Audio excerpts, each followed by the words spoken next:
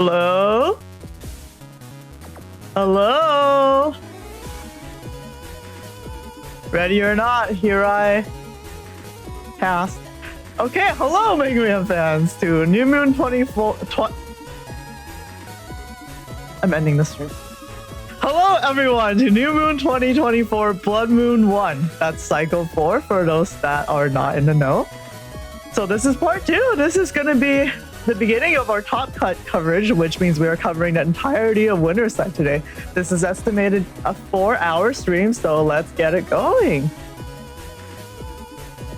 With our casters, SoulXCross and Neryth. Hello, SoulXCross and Neryth. Hello. Hey guys, I'm ready to get this party started. Okay, let's go by going to the bracket first and seeing what happens. So if you missed our last stream covering the round robin stage, which was 2 weeks ago, happy Easter, by the way. The first seed is playerzero. So he only lost, actually he lost 3. So this is starting to change. Before we were having top cut participants lose 1 or even be undefeated.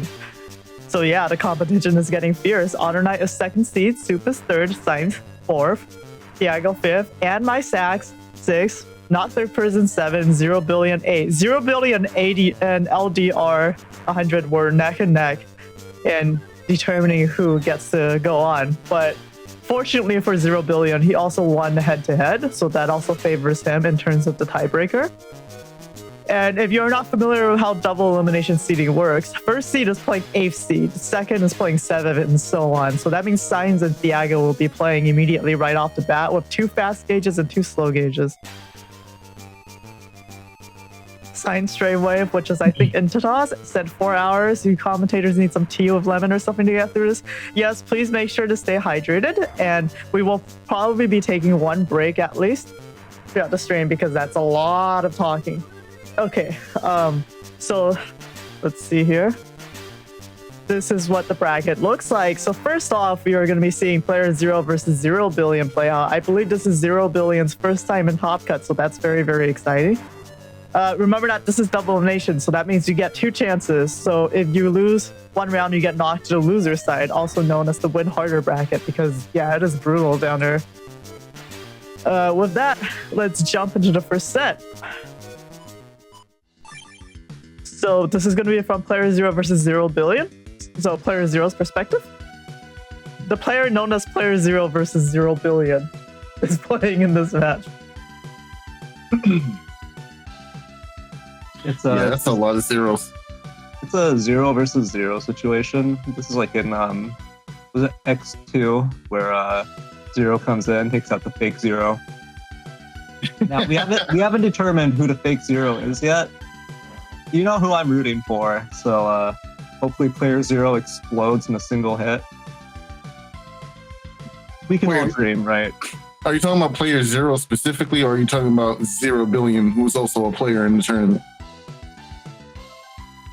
Huh? What?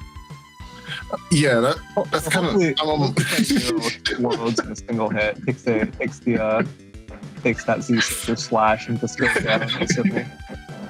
Unfortunately, we don't see a delta ray edge, so.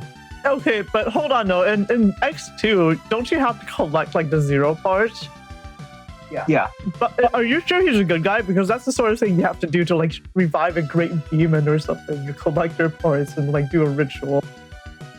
Yeah, that's what I mean. Is because when the real 0 who you rebuilt comes in, they take down the fake 0 in a single slash, right? This is before but if you're collecting parts, that's like usually like using a demonic ritual. So is that maybe the fake 0 that took them out that you rebuilt?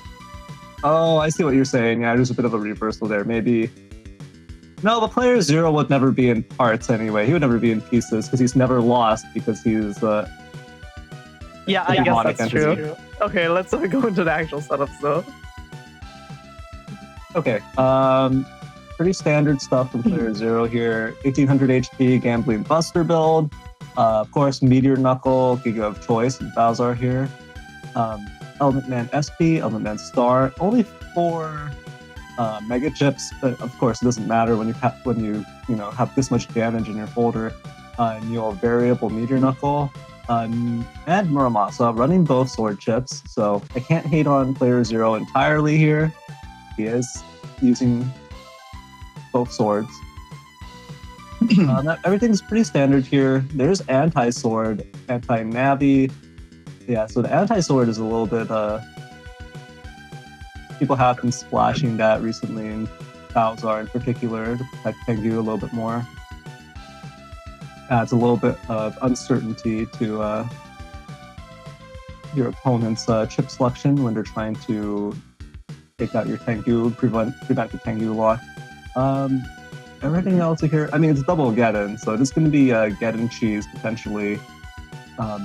In Bowser, that typically means you're going to be in Tengu or in Beast. Which is a shame, because if you had air shoes, you could also abuse actually no, you couldn't, because of the way. Actually no, you could abuse ground cross to charge shot. Anyways, Zerobillion on the other hand, 1500 HP setup, has bug stop, has attack and charge max. This is a very low Cuss build though, Cuss 6, so you're gonna be struggling with that potentially. And there's no hub batch or anything to pad that out with profit. So Cuss 6, what Zerobillion gets is what they get. They have to work with. This is R code. Yeah, this is primarily R code. You see the double star combo, roll 3, all the good stuff here. Anti-navi, double recovery 300s and J code. Meteors with attack plus 30 with 4 area grabs. So uninstall attack plus 30. Yeah, it's even in they're all right next to each other. That is Sun Moon, as Ta in Twitch chat points out. Yeah, it looks good. There's also this random light capsule. I'm not sure what you would put it on in this folder, but light capsule's always good. You can always charge it as well if you have nothing to use it with. So it looks good. Let's get into it and see how this plays out. Unless you have something to say, Soul. You basically covered everything. Yeah, let's just hop into it. All right, let's go. Okay, let's do it.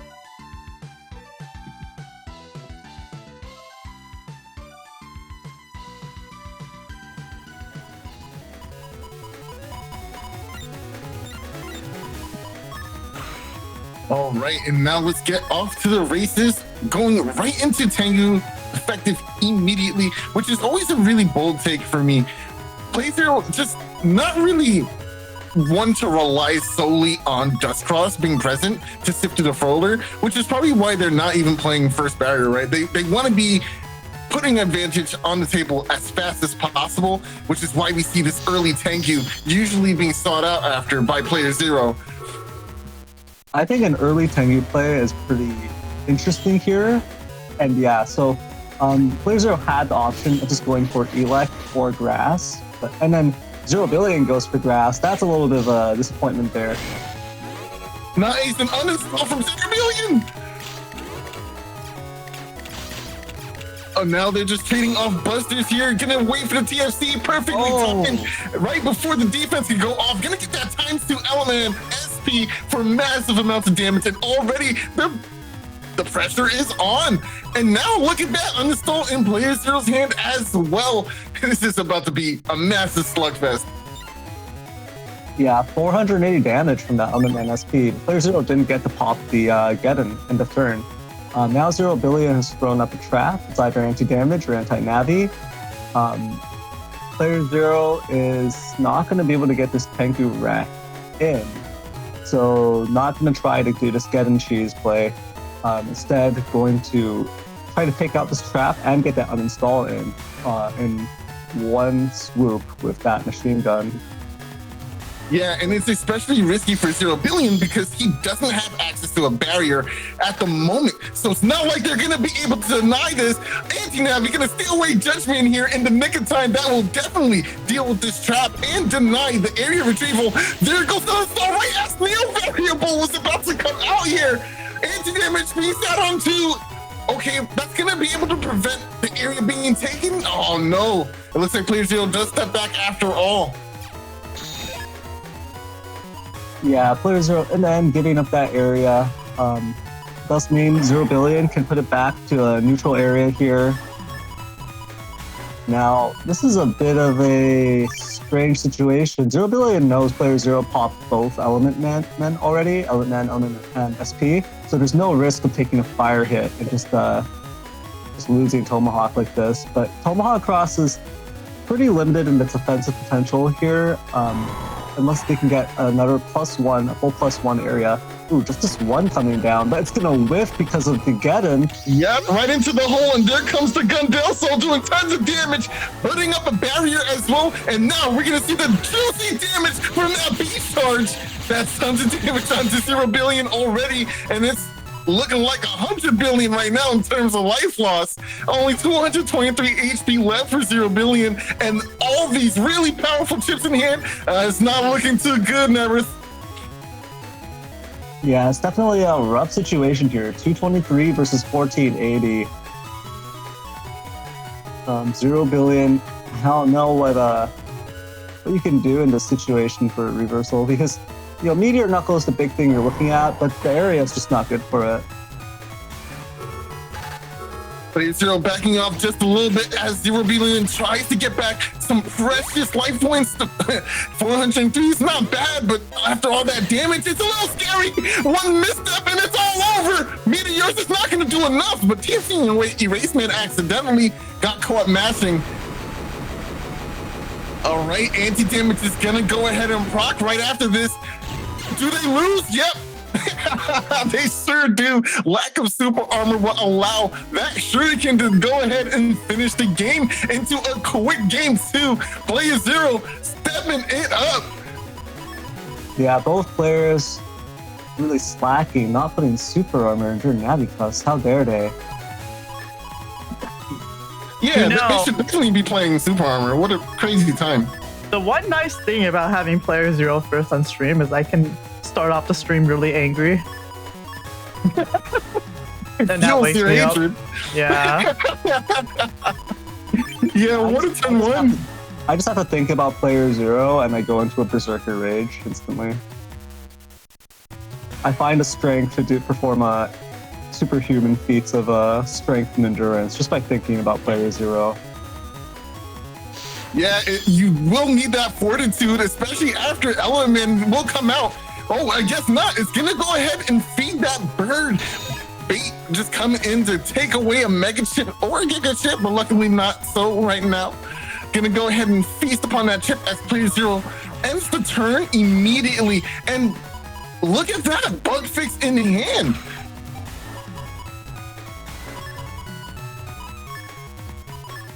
Yeah, okay. Zero here is going to have this edge, the neo variable. Going to potentially go for this supersonic boom here to knock off the Tengu cross of Zerobillion. That would be a I'm surprised playerzero didn't just step forward to get that one. Just patiently waiting. There it goes. The whole life orb as well. Get the TFC. Oh, that's Alliance! No way! And now we clear the life orb too. Oh, that's so much damage in one turn. Again, only 900. And down 2 Buster procs from that Gambling Buster. That's a ton of damage in just one short turn. Oh man, wait, I know Zerobillion's hoping that somehow they get more HP back, or at least kicking themselves for not running a little bit more. Extra HP doesn't help you against playerzero, unless you can cheat yourself like 2 trillion HP, maybe. And then he'll somehow win on damage judge, so there's just no hope. When we cover 300, there's the extra HP we were hoping for. But is it enough with these Gambling Buster procs coming through? Barrier 200 and a Magnum about to come out here. Gonna do a decent amount of damage. Not gonna get a chance to proc rush though before your barrier is removed. I just want to mention that player zero one turn deleted someone from like 2,200 HP before in a tournament, so I don't think more HP will really help. All right, now area grab was going to go ahead and come down, going to try to push up a little bit more pressure. Oh, wow. Using that bubble star, another Again. bubble star again. Life Order coming up with the anti-sword. But I don't think we're going to see the anti-sword proc, just choosing to stay on with that anti-damage instead.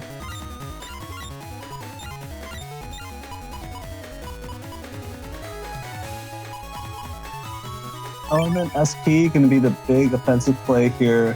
Might just step back, start fishing for Buster Jam procs, wait for defense, and try to do a time freeze counter. I think that would be the safest play here. Alternatively, you could back B into Element SP freeze at the end of the turn, force your opponent to cross out. Although I don't think that's really a play here. Oh, that's much more a play here now that Zerobillion has gone out of spout. Perfect movement for player zero, going to be able to keep onto those two panels in the front row, gets the LMNSP. Oh, okay, nicely timed beast charge there. Meteors is just not going to do nearly as much as before with all this extra area that player zero has. Only 2 hits. Yeah, that's not what you're looking for. Now the beast out coming into play. It's always risky to double up your air shoes or shoe sources into one slot, which is basically Tengu and a beast out, but it doesn't really matter if you can clean out the game quickly, right?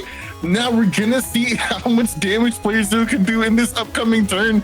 Only 520 left for Zerobillion. Is this the penultimate or the ultimate turn of this match? We're about to find out right now. Ooh, yeah, here it comes. Getting in play here. Anti-Navi will deny whatever. Oh, just going for the beast charge here. Oh, wow, wait, Anti-Navi will steal roll instead of the charge, which means he'll be able to deal with the anti-damage at the same time and heal.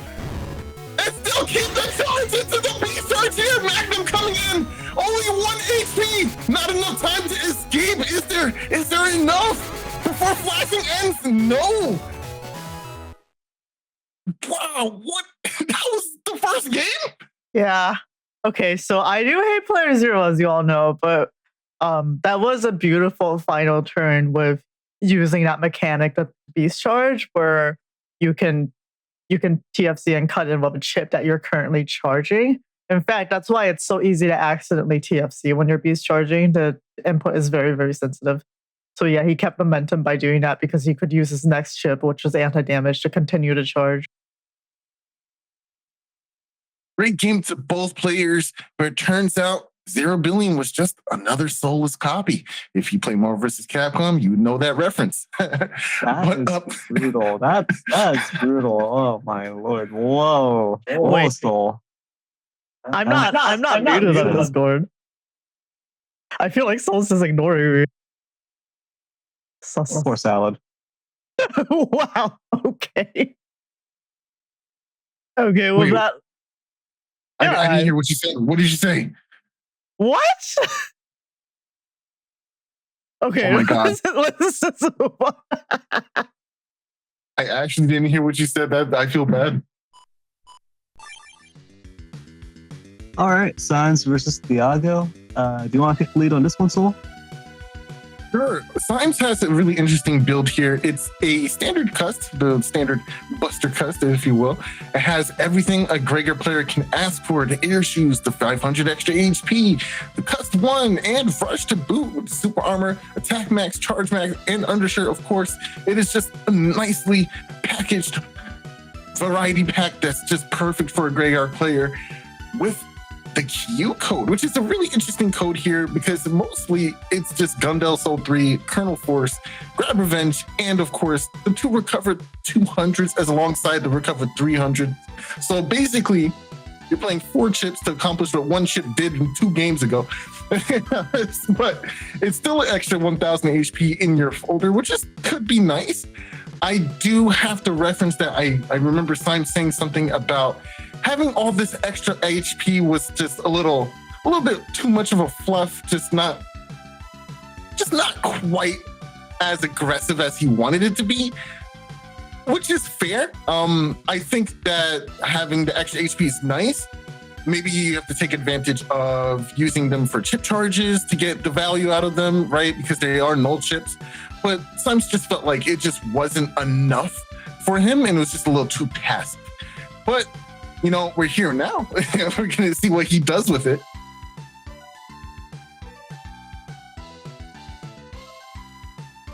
Yeah, the 1500 HP air shoes setup Symes is running. This is pretty standard. This is what you would see from a Gregor running air shoes. The alternative really is that 2200 HP setup. So really you're going to see one or the other in terms of most competitive Gregor builds. Either 1500 with air shoes or 2200 without.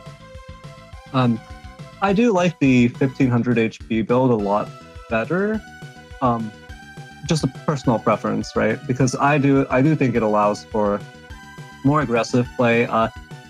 When you're against like double Geddon or you're against a lot of panel breaking effects, it can feel like you're just being locked down constantly, turn after turn after turn. You're not able to position the way you want to. You're not able to get up there and slug it out and make use of that. You're just sitting there taking it or trying desperately to get a counter attack and kind of stop your opponent's damage output. So with 1500 and air shoes, as long as you don't get uninstalled, which Thiago does have, that's uninstalled an L code there, can be paired up with, I believe there's a Wind Rack, there's Elect Dragon, Bubble Star, plenty to pair it up with. No Machine Gun 1 here, I believe. So there is a bit of a weakness there in terms of the anti-damage potentially blocking it, but you can also just charge shot, take out the anti-damage. So we'll see how it turns out. Quick question from Wyvern Crest in the comments is, which gauge is better for Geddon builds, slow or fast? Personally, I think either can work. It really depends on the build you're going for. If you're going for like a control-oriented build and you're trying to push out as much damage without or denying your opponent as much damage from them, you can go with a fast gauge build with Geddon in it. That could be really good because they spend the entire turn under that, as opposed to having the time or having at least some time to get out of that eventually. But they could spend potentially multiple turns under Geddon, unless you're playing a Fowler player, right? Then it might not be as great, but against a Gregor player who has no shoes or is uninstalled, it could be really oppressive, right? Slow gauge also works really well for it too, because again, they're in that positioning for a decent while. So you can do some charge shots, maybe confirm Miramasa, any kind of other chip. So it really just depends on your play and what style you're looking for. So I don't think it's a specific build kind of thing. So that was the more nuanced answer. The short answer is that slow gauge is generally considered more popular and more powerful in Gregor as a whole. And that typically has to do with the fact that Gregor's charge shots and their crosses are just very, very powerful, very oppressive. So giving yourself more time to work with that slow gauge will generally mean you out DPS your opponent. Unless it's Gregor versus Gregor mirror matchup, right? But in that case, you're both going to end up not being able to use that many chips, just going down to charge shots pretty much. So that's generally the perception.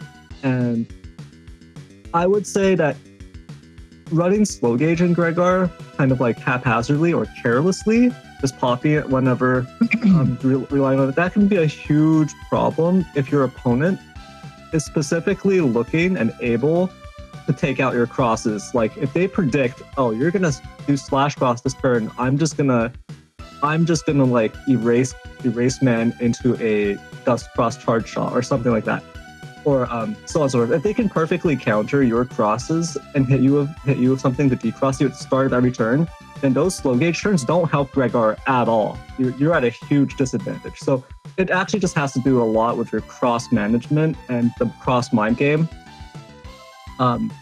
rather than just like being able to say, oh yeah, Gregor is just way stronger in slow gauge. yeah, if you can hold on to your cross, if you can outpredict your opponent, and your opponent doesn't have the answer, doesn't have the ability to beat cross you. If they do, it's just longer. It's a longer period of time. You're just taking a beating. So, yeah. So that's Symes' Q code. I say Q code really. We know it's Gregar. It's primarily star coded. You see the Gundel Soul 3 recovery 200s in Q code, which is interesting. Kernel Force, it's just because Q is kernel force code. Pretty standard Gregar build here, except that it's using double Geddon here because he has air shoes, so he can take advantage of it. Thiago, on the other hand, running this L code Balzar build, looks like it is Hub Batch and Meteor Knuckles. It's running Gig Folder 1. It's a 2000 HP build. It's pretty interesting. You see, it's got a pretty decent spread of chips just because it's running L code. It's a little bit light on the offensive potential here, is what I want to say. But with so this is something to be concerned about if your opponent is playing 2200 with a lot of HP. Because Symes is at 1500 HP, it's a little bit more realistic that Thiago is going to be able to just take Symes down. There's also the fact that this is bugged buster as well. So once that Hub Batch comes in, we'll see how that plays out. There's no shortage of damage once the Hub Batch is popped. You get buster stats. But until then, you're kind of just relying on some defensive play and using those chips, try to uninstall, just try to stall out your opponent a little bit and just whittle them down until you actually have buster stats to work with. Yeah, and one thing that Symes has to be careful for is that Meteor Knuckle, because this is a double Giga build. So while you're also putting upon that ton of pressure and having Hub Batch rely on with bug fix, etc., you still have that potential to get a massive decrossing turn on a slash cross turn, or just massive damage in general from Meteor Knuckles as a whole. So a lot of things for Symes to watch out for here. Yep, but with that, I think we're ready to head into it. Okay, let's go.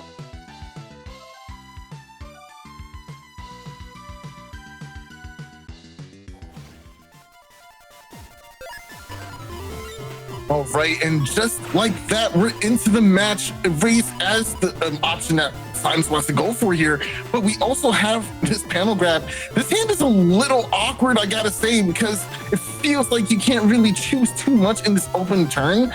There's nothing to set up that Gundel Soul. Do you really want to start off with slow gauge immediately with a hand like this?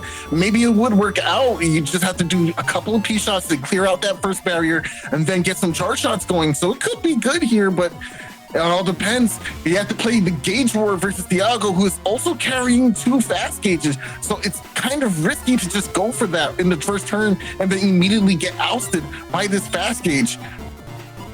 The one upside is that the big problem here for Symes is Thiago's full cust. Otherwise, you'd be able to start off with Geddon Cheese, with slow gauge Geddon Cheese. But the fact that it's a full cust that's ranked here does mean Thiago has that answer. Yeah, there it is.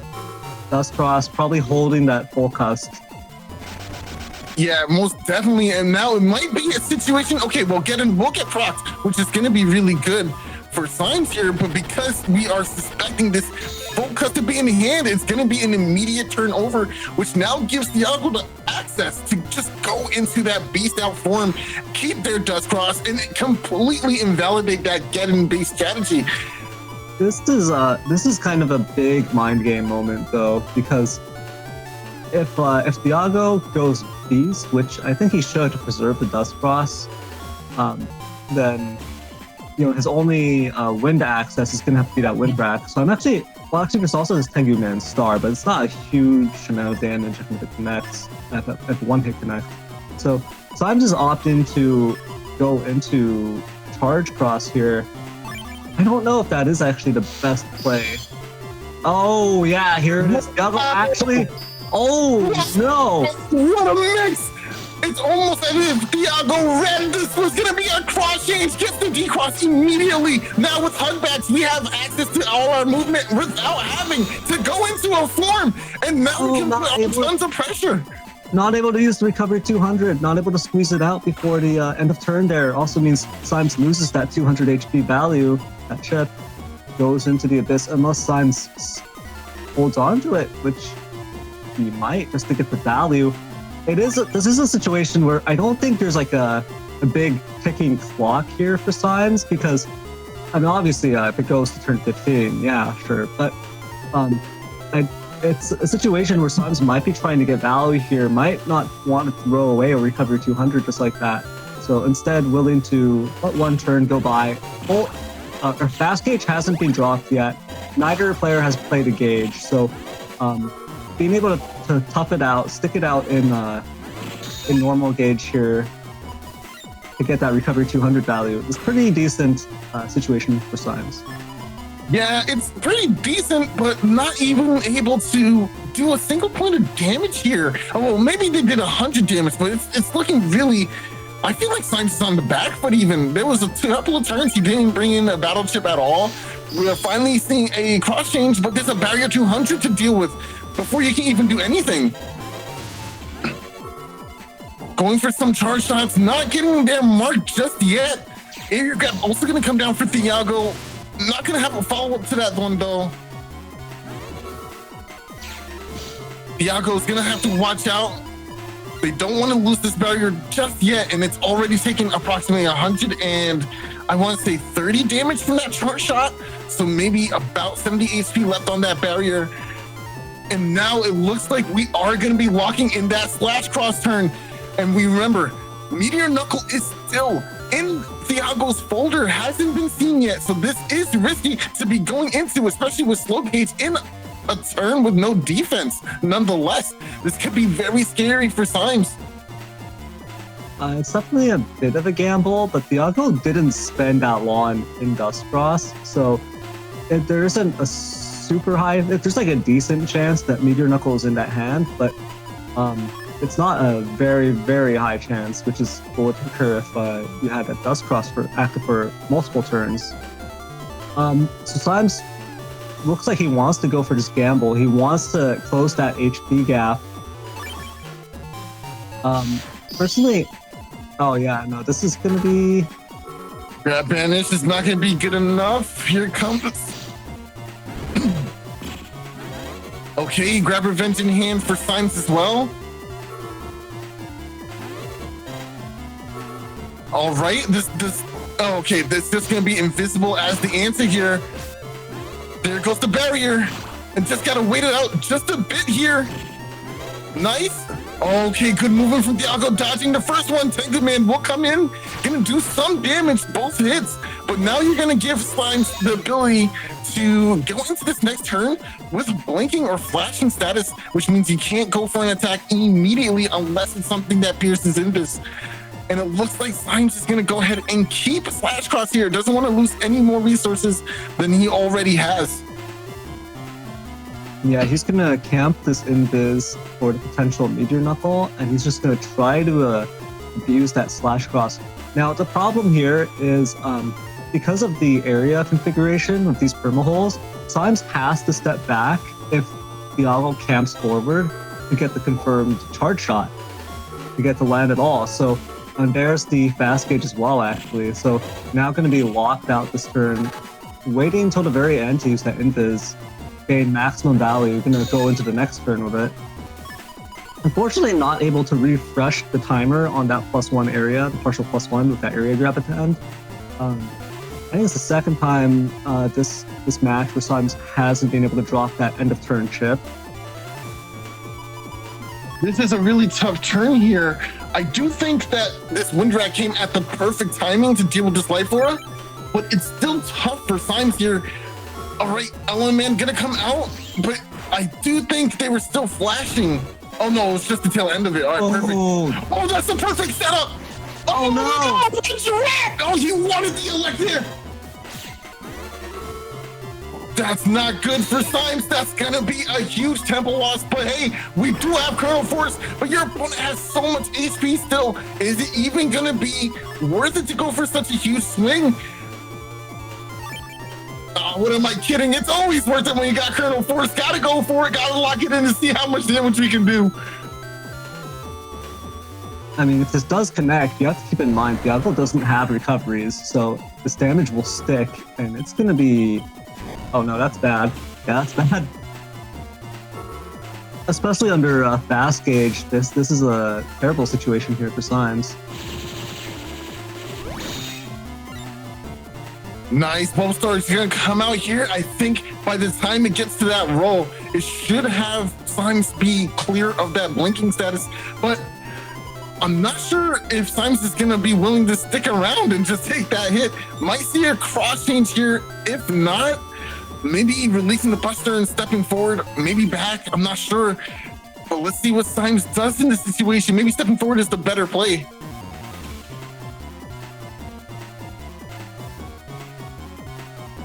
Just have to wait for that bubble star to pass. I think Symes actually, I could be wrong, but I think Symes actually has time to buffer 2 movements down to avoid it, but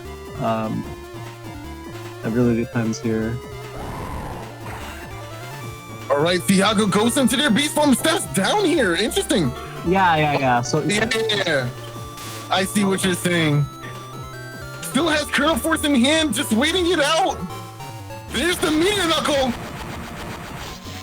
This is an even worse situation here.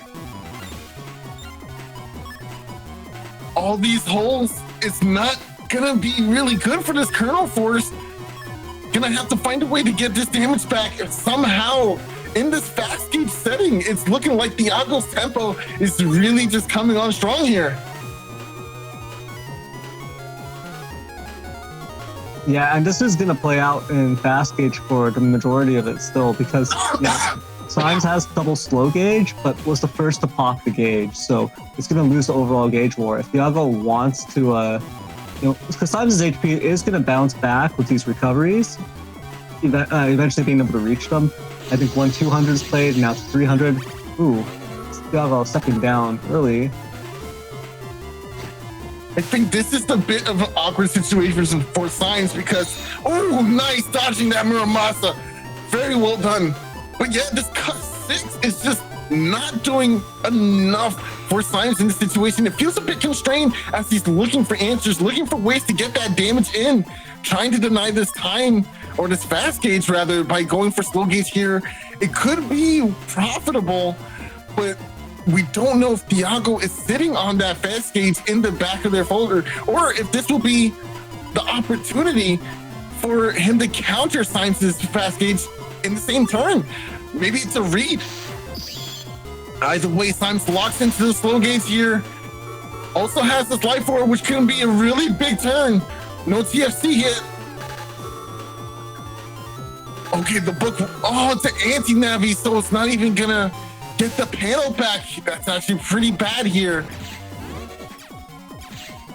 No Buster Bug on these shots here, so it's only gonna be doing the 5 damage that you get. And not having the area means that Thiago can just hide out in this back row. Excuse me, that's 6 damage. Oh, that's right, because Heat Cross does give you the attack +1 modifier, just not on a charge shot. That would be a little bit too much, I guess. Yeah, even though you kind of want that. Shot. Yeah, that would actually be. I guess the problem is when you introduce mod cards, right? Oh. Yeah, that's true. It would be nice, I think that's the big reason why I think they have that cap there. But yeah, I agree. It would be nice if. Ooh! Almost got the counter hit to deny Windwrack, but just barely squeaked it out by Thiago. Unfortunately, Symes, this is not a time to run away.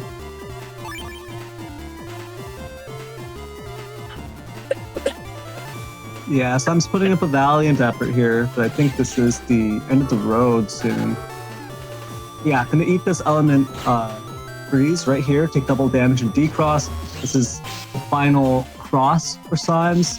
Not gonna have any resources left to work with. And this is the final chip for Symes. Really not able to get the value.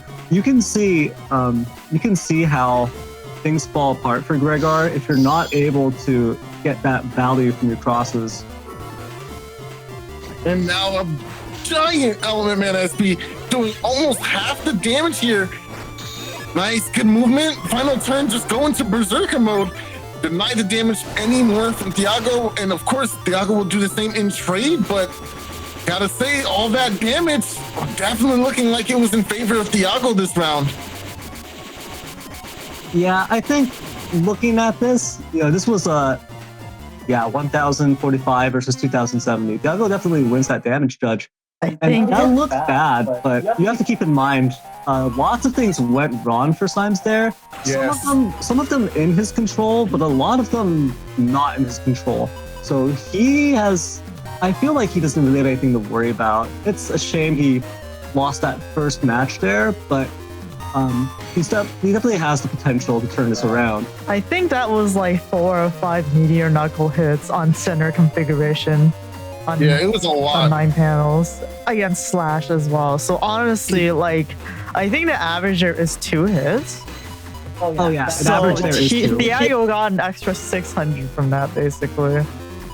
So that also helped. Like basically everything went right from Thiago in terms of the randomized elements. Yeah, I think it's interesting because that difference, the 600 damage from the Meteor Knuckle, from the extra hits from the Meteor Knuckle, plus the fact that Symes just dropped the ball on Element and SP, that's 480 damage that was tossed away.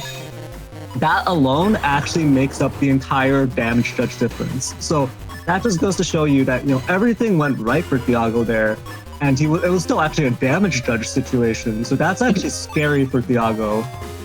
If Symes can just land one clean combo, one clean hit, then Thiago will actually be on the receiving end.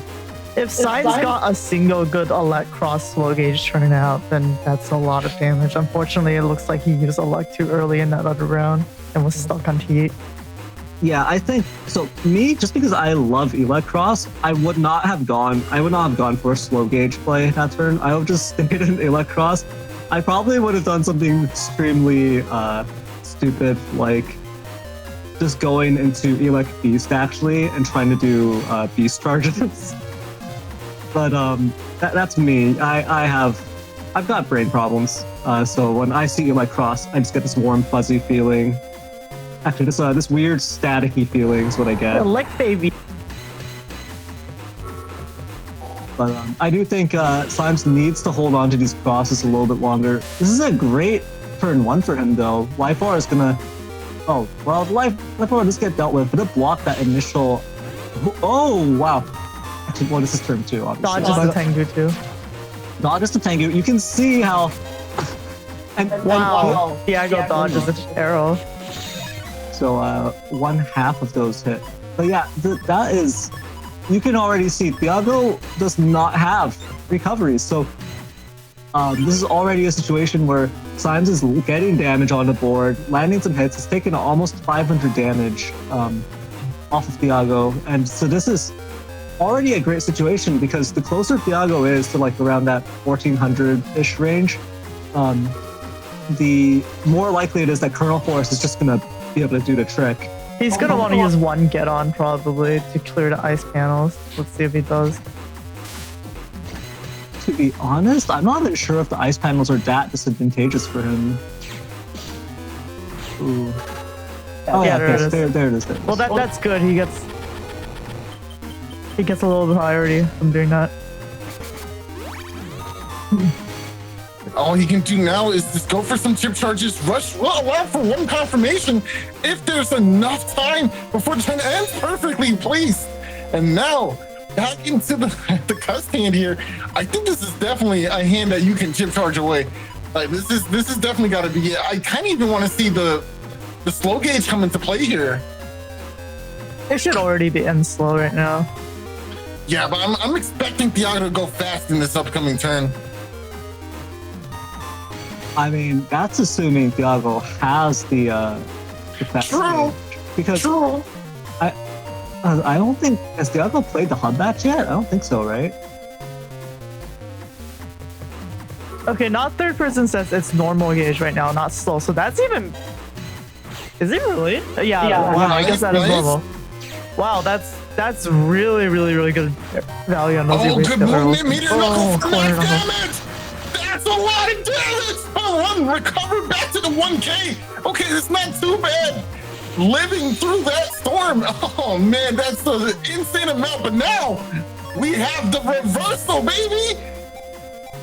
Gale Force is queuing up right now. You get it because the code is Q. But now we're gonna see just how much damage he can do with a lot of area. I'm expecting Tengu from Thiago here. So yeah, going into Slash is a good idea as well. Oh, not bringing Curl Force, gonna save it for the Beast Overturn. Makes perfect sense to me, but with Slash, and now that we've seen Meteor Knuckle already, this is a pretty safe turn to go for it.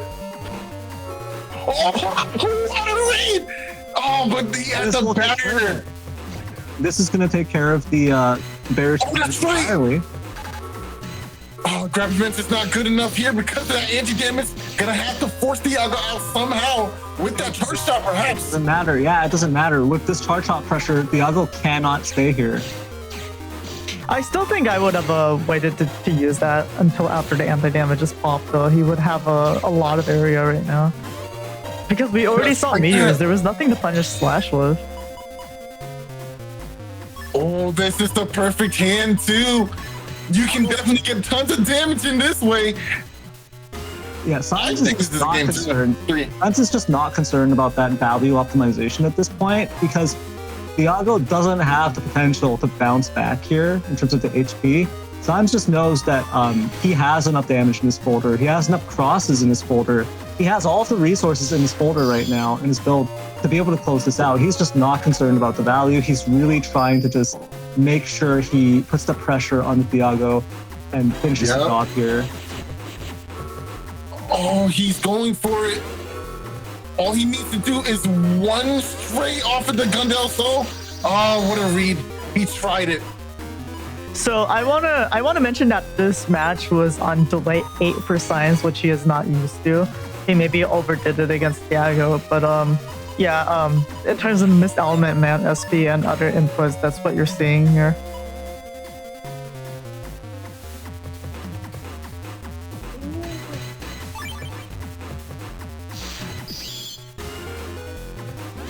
All right, I like the idea for charge cross here. Going with the slow gauge, Life Aura is just gonna stomp out the entirety of this turn. Is that fast gauge too? Was that smart? I think Thiago actually should have played that out in the slow gauge and then fast gauge at the end. So to get the because I don't think that I think Thiago is a little bit too optimistic if he thinks that Life Aura is gonna stay like until it expires. And Symes has this Wind Rack in hand to just deal with it on the next turn. So you're not really saving like that Life Aura value. You're just not getting the ground cross charge shot value. Maybe Thiago just didn't believe enough in the charge shot's landing and decided not to keep it up like that. Oh, got some recovery there though from the Bubble Star. If that had hit, it would have been a nasty turn for Thiago, but luckily Symes is able to, well, he has more than enough HP. It's more lucky for Thiago. He still made it through that turn thanks to that recovery. Yeah, even if Symes just goes for Buster Jam procs, all he needs is one to connect and bring Thiago down to 1 HP. So really, Symes just needs to step into this and finish the job here. Thiago is definitely on his last legs.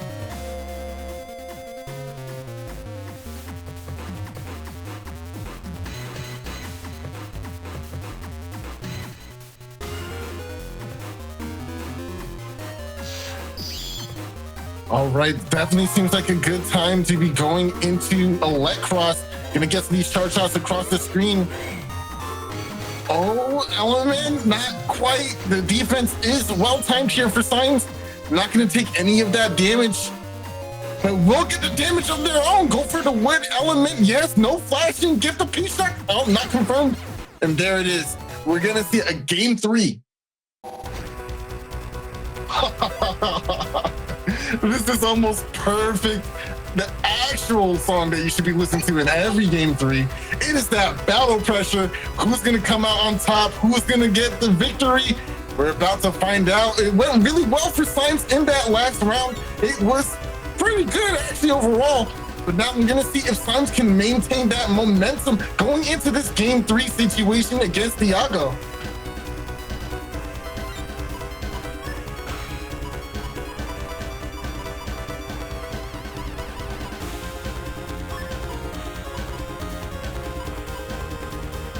SoulXCross turn 1 here is actually not the bad idea. You get the extra chip in the cut screen on the next turn, so it could be pretty profitable, especially if your opponent goes for something like full cut. It's not the same amount of value, but it is something to combat against a fast gauge or full cut strategy.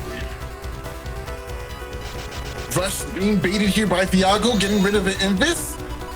And there goes the quick up of the full cut into the next turn here. Yeah, Thiago not wanting to take any chances, getting like clipped up by a sudden machine gun 1 or something, and losing that dust cross would be disastrous. So Thiago just pops that full cut right away after dealing with Rush. This is looking to be a decent turn here. You do have this life aura and of course the wind rack, but maybe trying to save it here in case Thiago goes for a life aura of their own. Loss of area is not quite as important as Symes here because they have a charge shot that goes across the screen. They just want to get the landing. Oh, okay, the wind rack goes into the first barrier. Wait for it. Oh, it's so tricky, that movement that Thiago has here, thanks to the warp step. Ooh, but you will take the charge tackle at the end of this turn. Ooh, this is really nice and early kernel force for Symes, but all this recovery without the need for it just yet is a little awkward. And going out for the beast over is a little weird too, because the charge beast charge is not great, unfortunately. It's something, but you usually want to be in a different cross for that profitability, which is why we see Symes changing over to the elect cross, maybe for a potential beast out in the future. With that paralysis and elect breath too, it'd be pretty strong.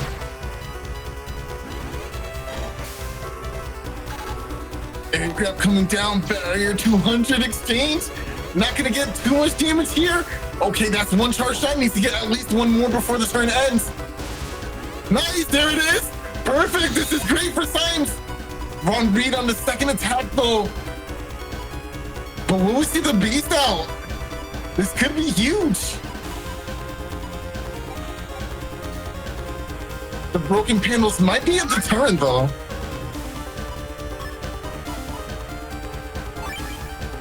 All right, no beast out. Interesting choice going only for that Pilot Man SP on this turn. I don't think there's a huge pressure on Symes to like close this out really fast. Instead, the issue here is just going to be getting maximum value here.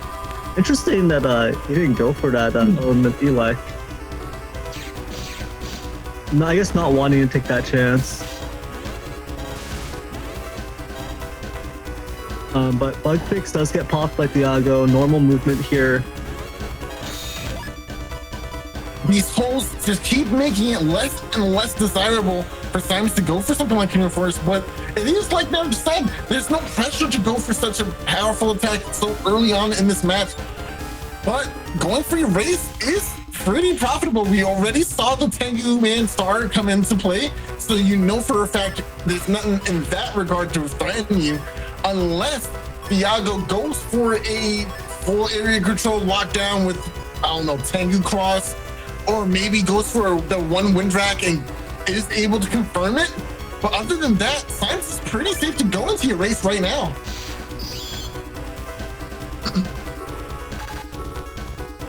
Perfect. Does opt to keep it though. Right there. Yes, yes. You don't want that plus area out there, especially when your opponent has wood. You gotta preserve that last crack panel. Oh wait, yeah, you have air shoes.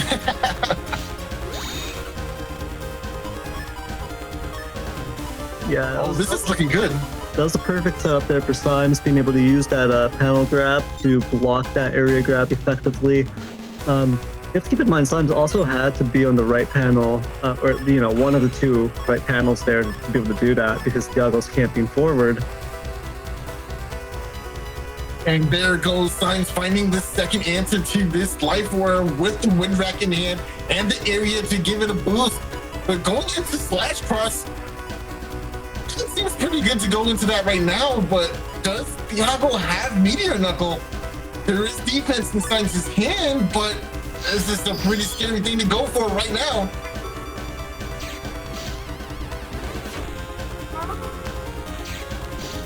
No TFC is a good sign to begin with. Yeah, neutral area here does mean neither player is going to be getting much charge shot value, but Thiago has the bugged buster, so a little bit better of a deal on his end.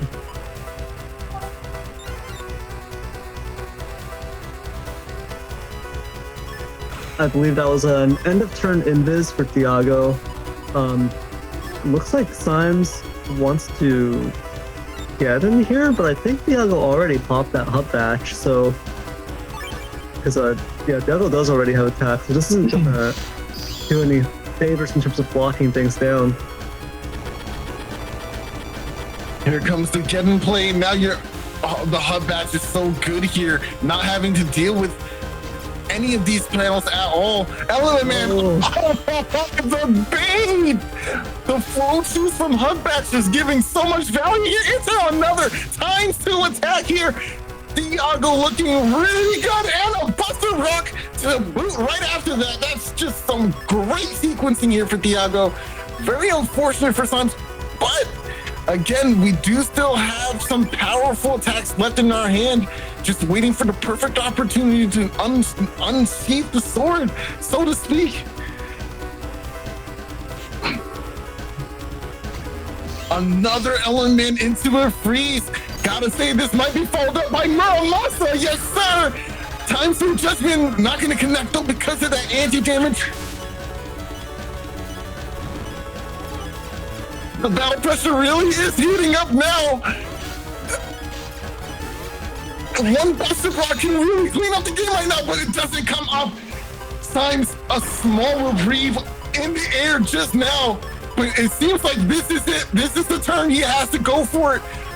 Thiago does have this very powerful ability in the form of status guard thanks to that Tomahawk Cross, but this can still do a lot of damage, and it won't do anything at all because of the bubble star.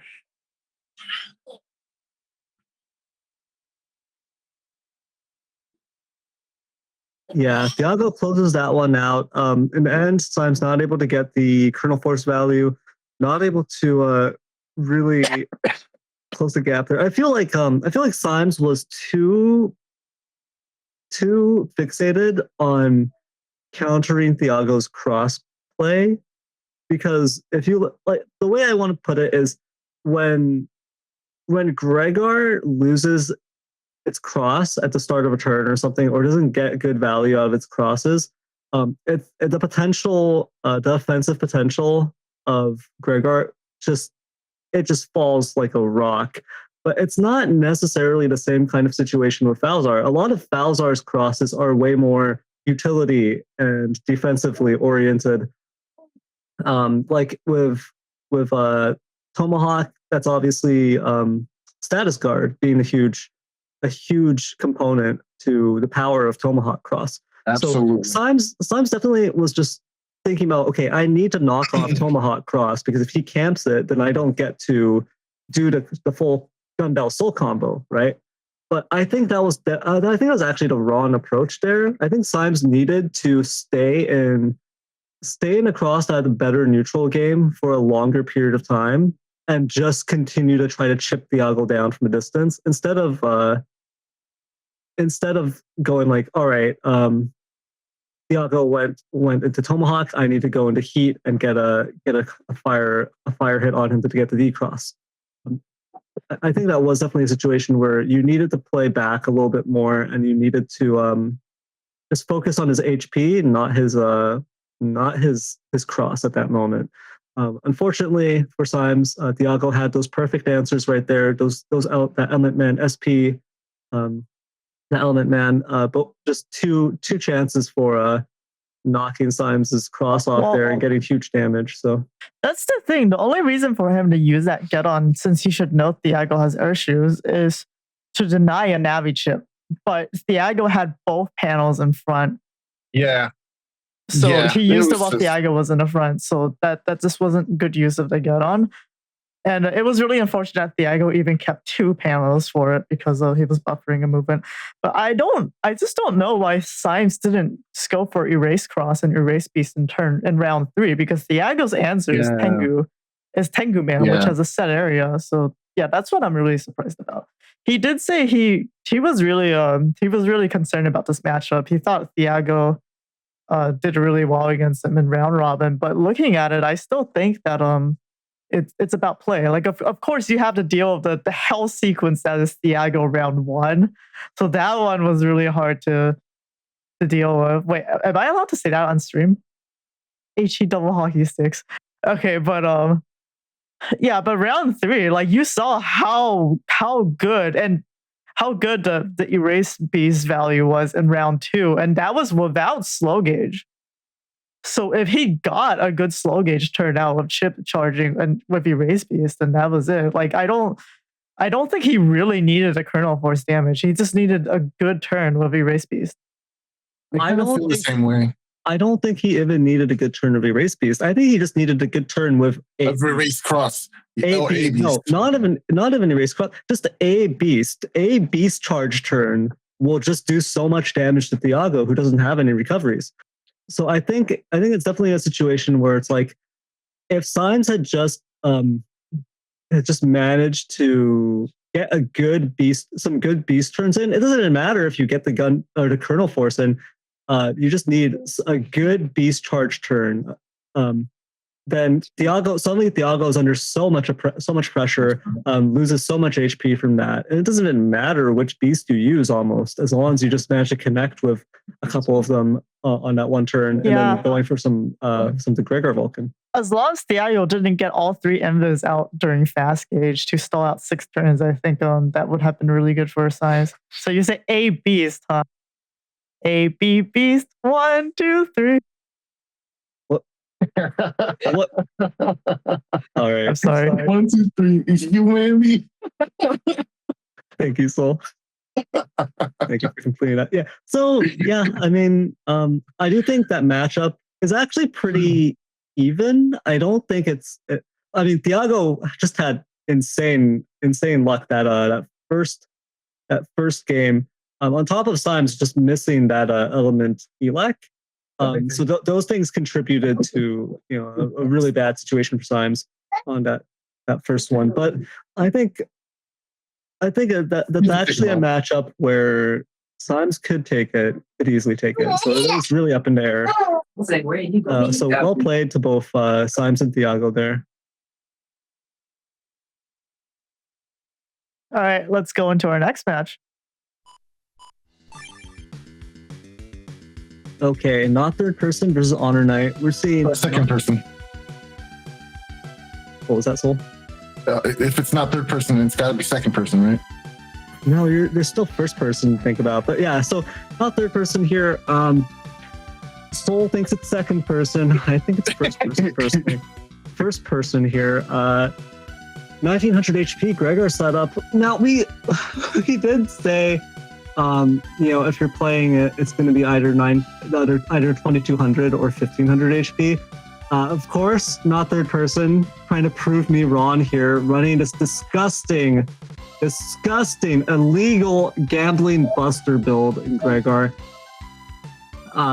Makes me want to throw up. I hate you people.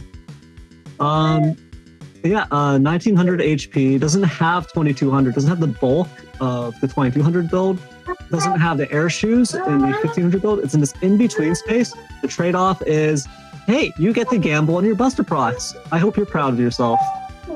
I spit on you, not third person. How dare you run this build? Whoa. First person. You're not third person. Okay, sorry. I spit on you, first person. How dare you run this build? How dare you? Anyways, you can see it's kind of an interesting code here. Running variable sword, not neo variable. Well, I mean, they are running neo variable too, but just variable sword and neo variable sword. So K and N code there. It's an interesting build. You have Guardian. You have 5 area grabs. An interesting number. Most people go for 4.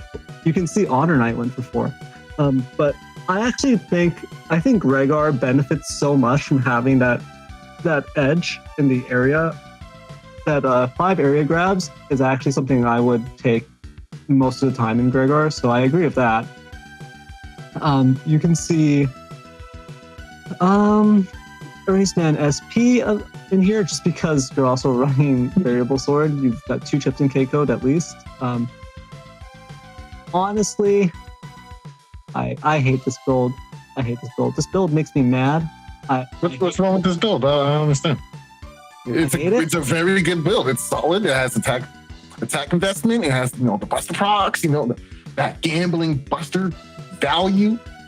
That beautiful, valuable gambling buster that you love so much. Well, it also has cuts too. So if you get the bug fix early, you just kind of have like 50% more Navi cuss stats with no downside. Yeah, no downside.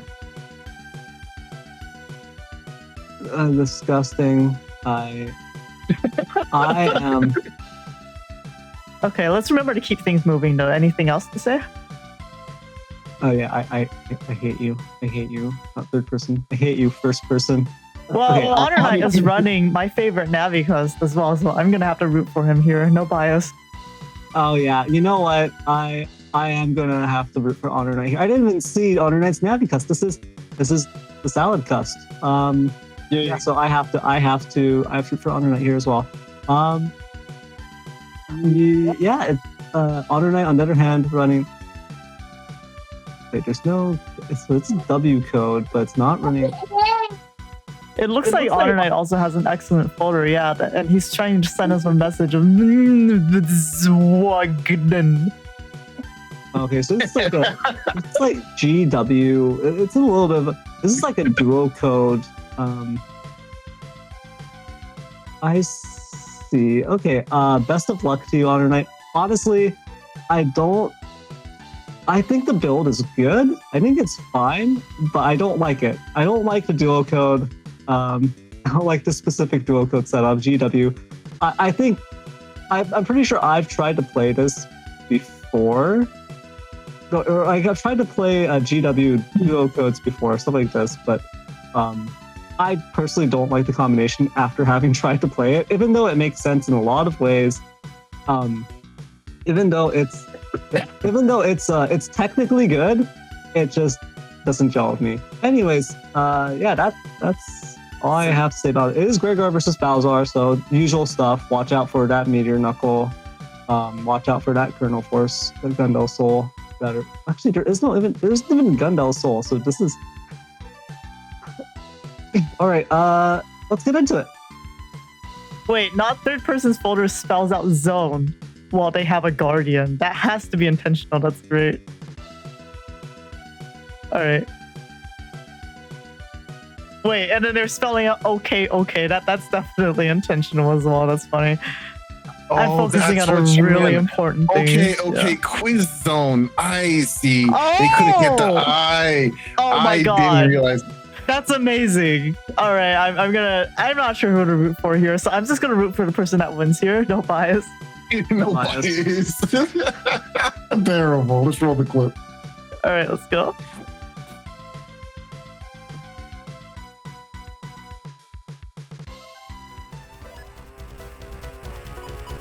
You guys know me. I'm just a sucker for this theme. Once you hear it, it gets my blood boiling. And you know what? This hand is about to reach that temperature too. I want to see a turn 1 flex with the double life sword. Not third person. If you give me that, hands down, you're the best player. No bias. Like, you got it, fam. Okay, yeah. First person, if you can get this double life sword turn 1, I will switch to rooting for you. Okay, nice. Gets rid of bait really early. We don't like that bird anyway. Throw away those megas. All right, here comes the area grab. Okay, here comes the area grab. We can short shot that off. We got time. Step forward. No, you're running out of time. There's no time anymore. Oh, I'm so sad. I'm so sad. This is the build I won 2 blood moons with, Shrug.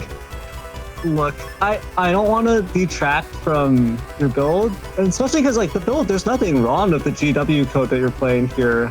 Like I don't want to say there's anything wrong with it. Just that I personally hate GW, like dual code GW.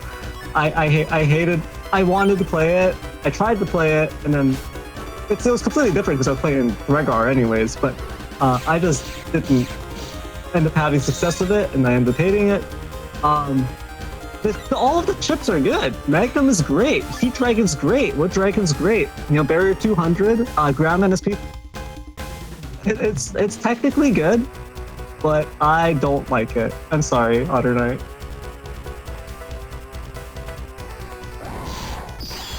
All right, let's turn up the heat. Going into Charge Cross, finds the way to go forward with this Erasement, gets rid of the trap just before that barrier does take hold. But Rush is going to rear its ugly head, taking away that Invis. And now the paralysis is in tow, and a beast charge from HonorNite. Not before a nice timely recovery for not third person here, or should I say first person.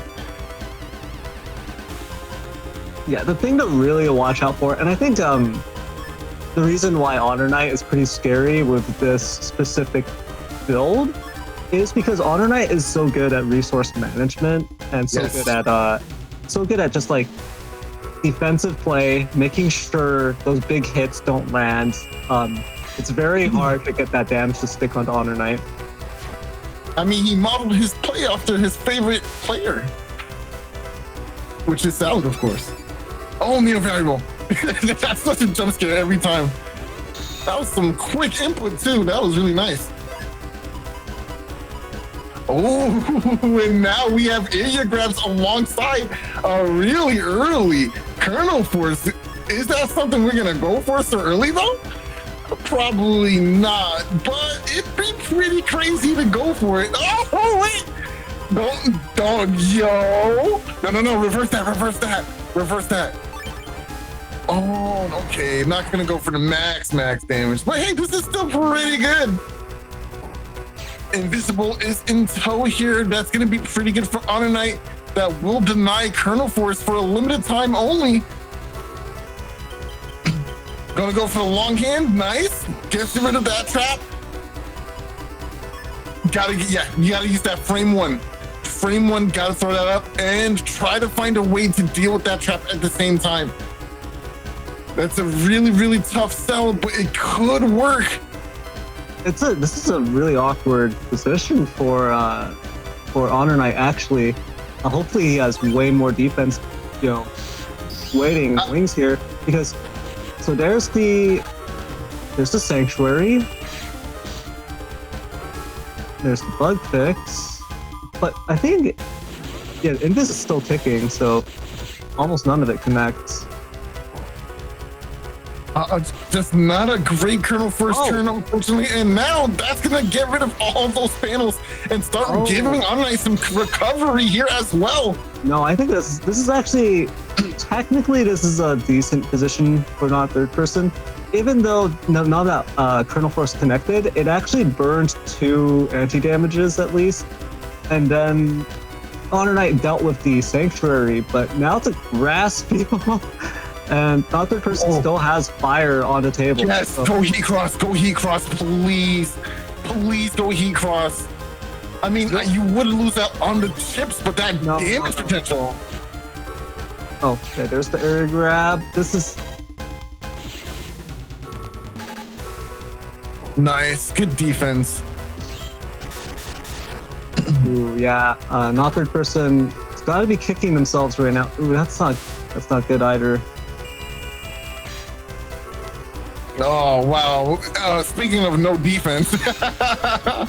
Yeah, I think going heat and not pressing buttons would have been the scariest thing for HonorNite to deal with. It would have forced out that defense early, and then because of that, you could have TFC'd for that huge element. But this is why HonorNite did pack the Sanctuary in the back, because that would have inevitably been the final chain to reduce the damage from a ×2 to a neutral attack, right? But because we didn't put the fear of God in HonorNite, we was able to play in a calm and collected manner and make it out of there pretty much unscathed. Oh, and there goes the uninstall as well. Ground man SP is gonna do no damage because of anti-damage here.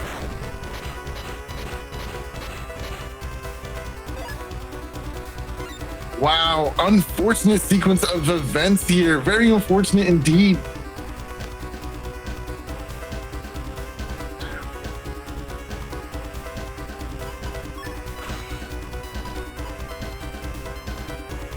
Okay, this is an interesting hand here. We do have the recover 300 with this Guardian. We can probably bait out a Judge Man or some sort. Set up a Guardian to defend area and deal some damage as well. But let's just go with the Life Orb play instead. There's the Judge Man as predicted. This is just a classic situation. As you know, trying to play against HonorNite. You look in your hand, cusp screen comes up. You're like, all right, I haven't landed too much damage on HonorNite, but I can still. And then well, never mind, I'm out of chips. Yeah. That defensive play is really pressuring. I mean, look at how he played it out. Not third person needed to put a little bit more fear into him and just didn't. And now you lost out on a ton of damage from that beast out turn. You lost your element man SP, and he was able to make it out really well. There goes the Guardian. It's not going to help you. And now you also lose the wind back due to an unfavorable trade. This is not looking good. And this is, again, why Neryth has talked about air shoes as a build that he prefers. Oh, this is going to hurt. 1, 2, 3, 4, 5, 4 hits. Only 4 hits in that configuration. Unlucky. The thing that's brutal here is just that I think HonorNite is very good at punishing this type of play because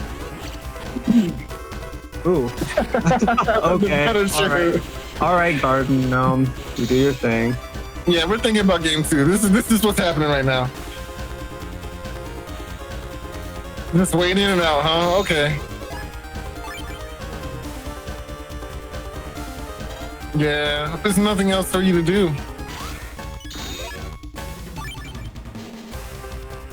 This sped up battle pressure. The game's already been over, bro. We talked about game 2. Game 2 already.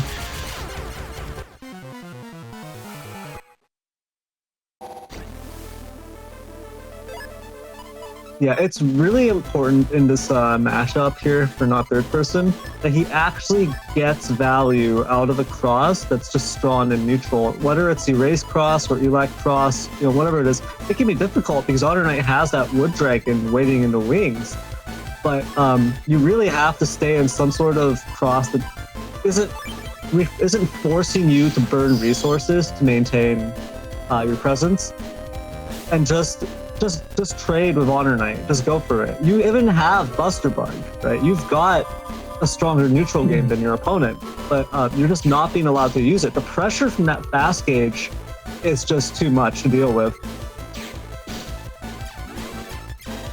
And you can see that's actually one of the huge downsides. Nice. Ooh, very nice there. Getting in a juicy little hit here. The HonorNite retaliating, getting that uninstalled now, that is a huge hit right there. I mean, uninstall doesn't do too much to that third person, but they lose super armor, which is probably the biggest and most concerning piece to lose in this situation, because that's the most valuable piece that they have at the moment. Now, these charge shots from HonorNite is going to cause flinching, going to just ruin some setups. It gets really ugly really fast. Losing super armor is a huge deal because that weakens your neutral game a lot. If HonorNite can also just time his hits, get counter hits in, just hit you with charge shots, that ruins your own charge shots. That ruins everything for you. So that is actually very impactful to get it that early. HonorNite is in a good position despite having taken a pretty juicy hit early on. And HonorNite dropping. Oh no, Muramasa would have done damage there. It's crazy. Movie stop. Okay, nice. We get a Buster proc. You're gonna deal with that anti-damage at the very tail end of that turn, so it's not too bad.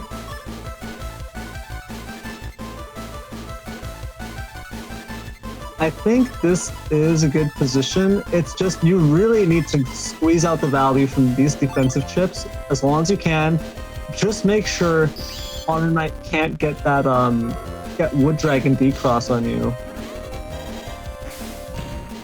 Or even Element Man SP would be a really big swing here. So if you can just stay in Elect Cross, just deal with the defense here. Well, I think it's a really weird and really rough situation for not third person not having slow gauge in their folder, because when you run up against someone like HonorNite playing fast gauge, how are you supposed to use the strengths of Gregar with this little time in each turn? Brown Man not gonna do enough.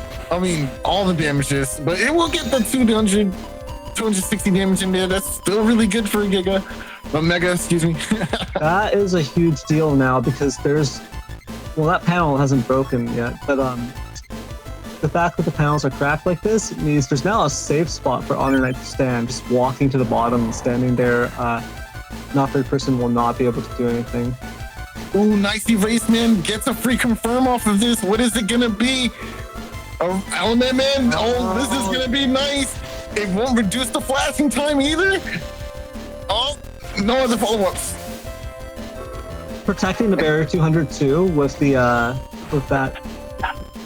Okay, well, it gets taken care of in the end, but not able to get the Erase Man SP to connect. That would have been the game changer right there. That would have saved not third person's prospects. I mean, these recovery 300s are technically fine, but do you even want to use them for recovery? Like, is this actually the proper play here? The optimal situation would have been to be able to beast charge these for more damage, actually, but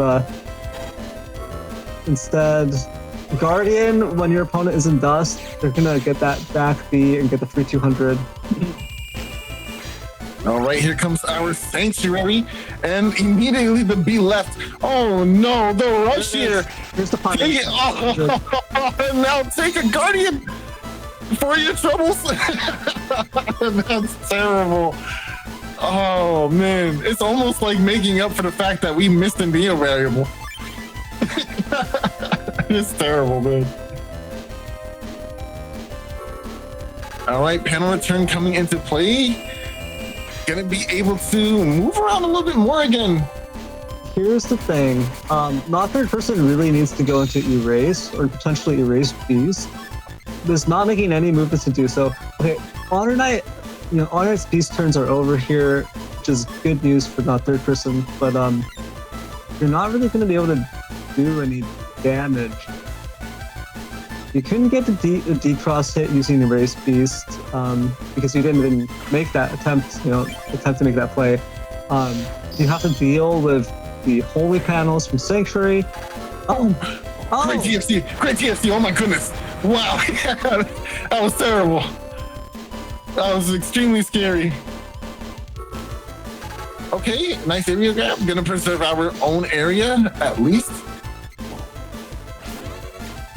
There goes the Neo variable got caught during that. There's like a weird interaction there with the TFC, so.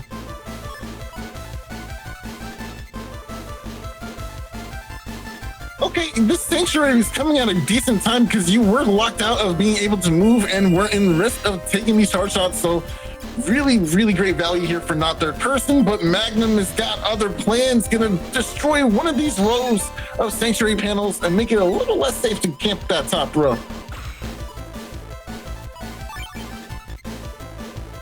No way here to deal with these Sanctuary panels. Honestly, I feel like going for Elect Cross would have been better to chip charge, but you would have lost the chip anyway. Unfortunate. And now there's really no way to deal with these panels. Yeah, and not third person is out of chips here. Final chip, Colonel Force is not going to be able to do enough damage. Not enough damage to close it out anyways, but...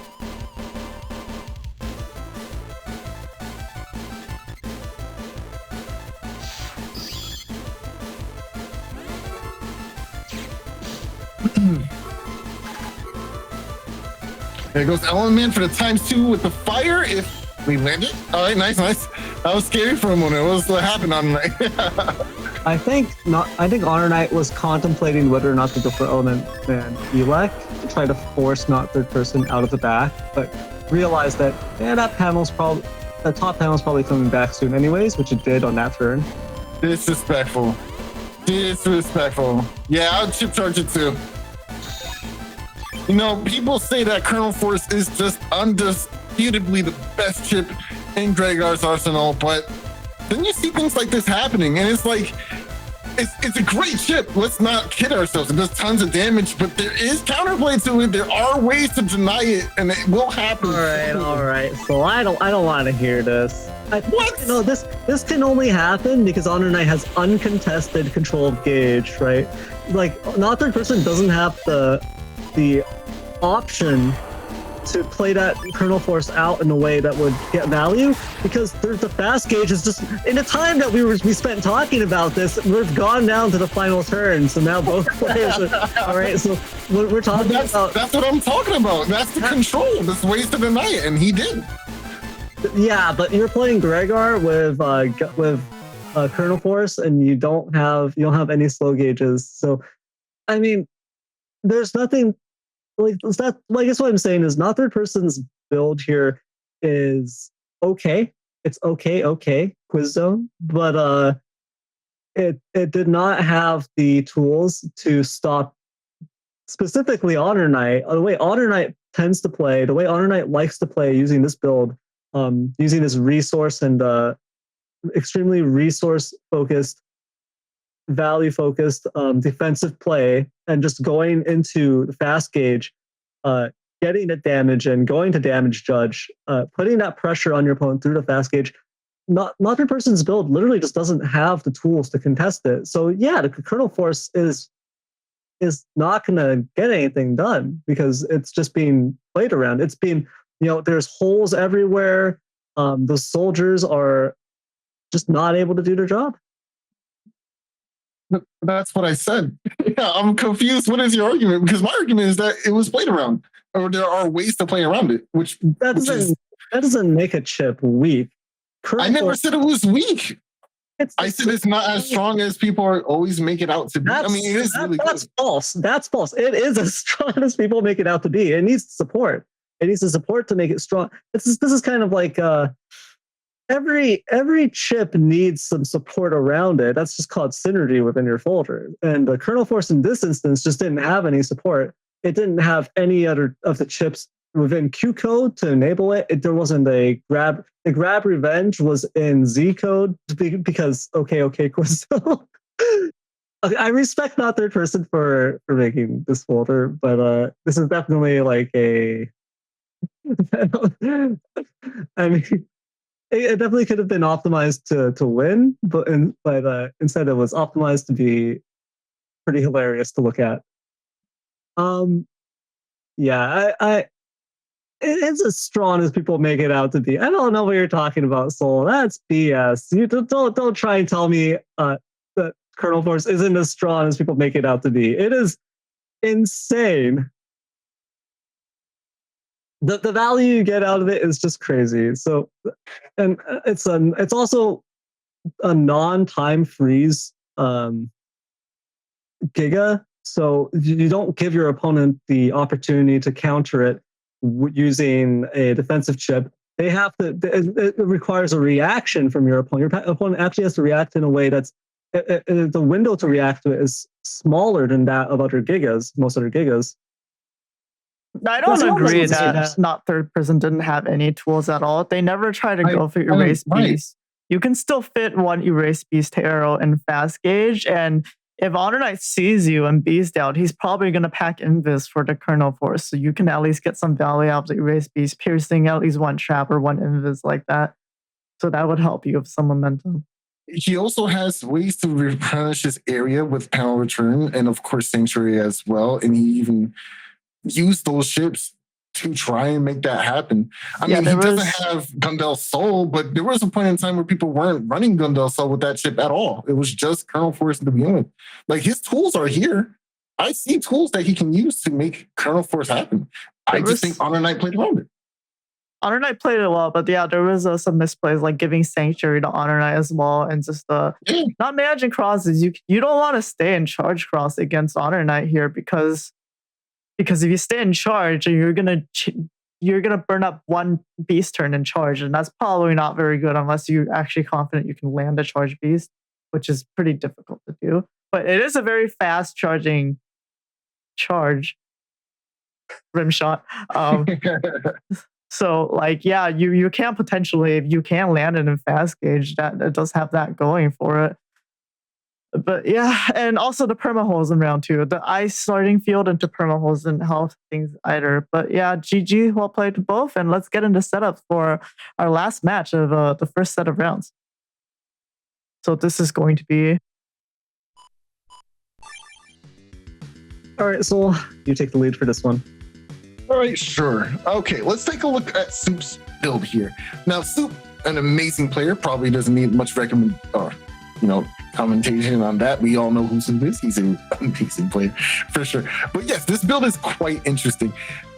I haven't quite seen one like it recently. I feel like maybe the organization of it is a little different than what I'm used to. But we have 700 HP with bug stop here. Okay, you see, that's what it is. It's the bug stop that's throwing me off here. Because usually when we see these big HP builds, they are opting to use bug fix, right?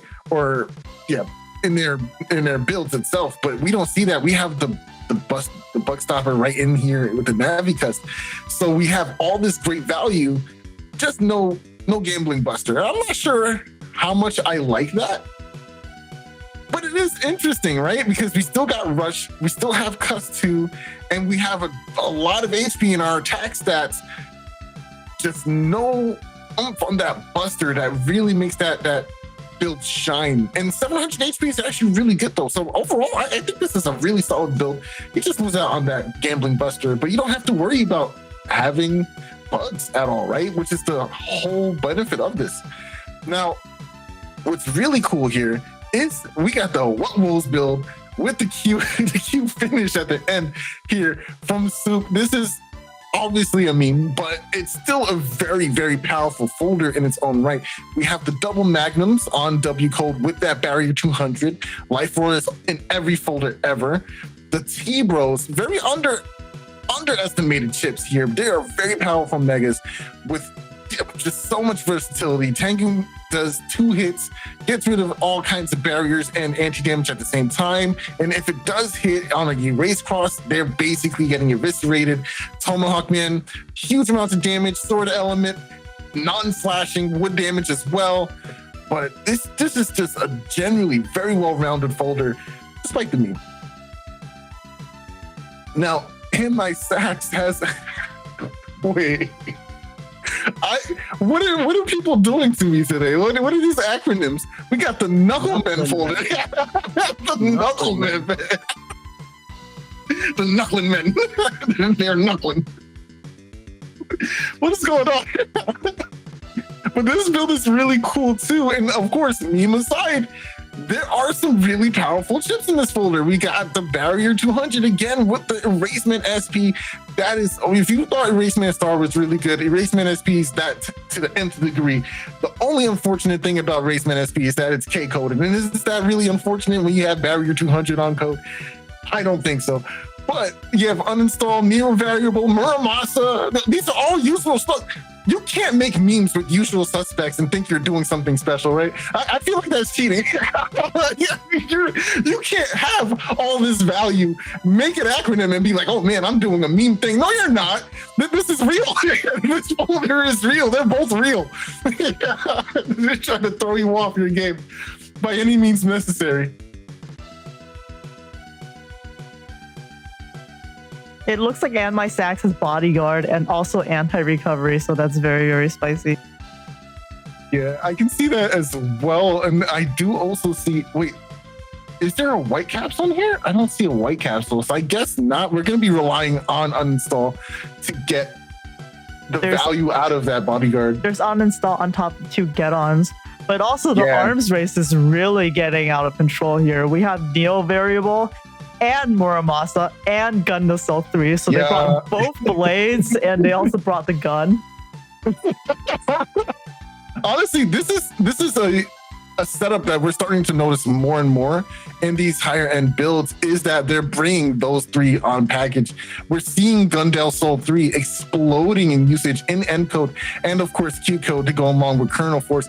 So it's starting to look like that is probably one of the biggest techs that is emerging. Like, I mean, we've been using it for a while, but more and more people are using it. We have playerzero to blame for the Gundam Soul outside of kernel force because he's been running it with his winning setups with get-on. So yeah, we are in the darkest timeline now where people are now using get-on. Get your shoes on, folks.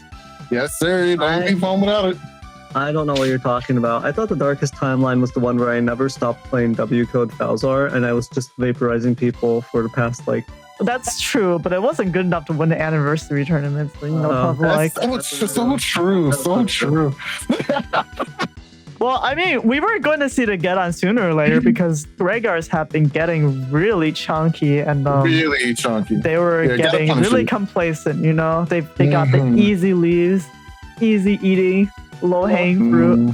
Yep. Now they gotta reach higher. There's holes now to fall into. I mean, they don't have to rolling the ditches. They don't have to, but like, it's kind of hard to. It's a weird, awkward place right now because people are playing these massively high-value chips right into this format. So you want the more HP, but because you have more HP, you don't have the shoes, which means you're getting caught up by the same chips regardless. So it's like, what do? You're stuck between a rock and a hard place. But that's a conversation for another day. Let's go into the match and see what happens. All right, let's see how it shakes out.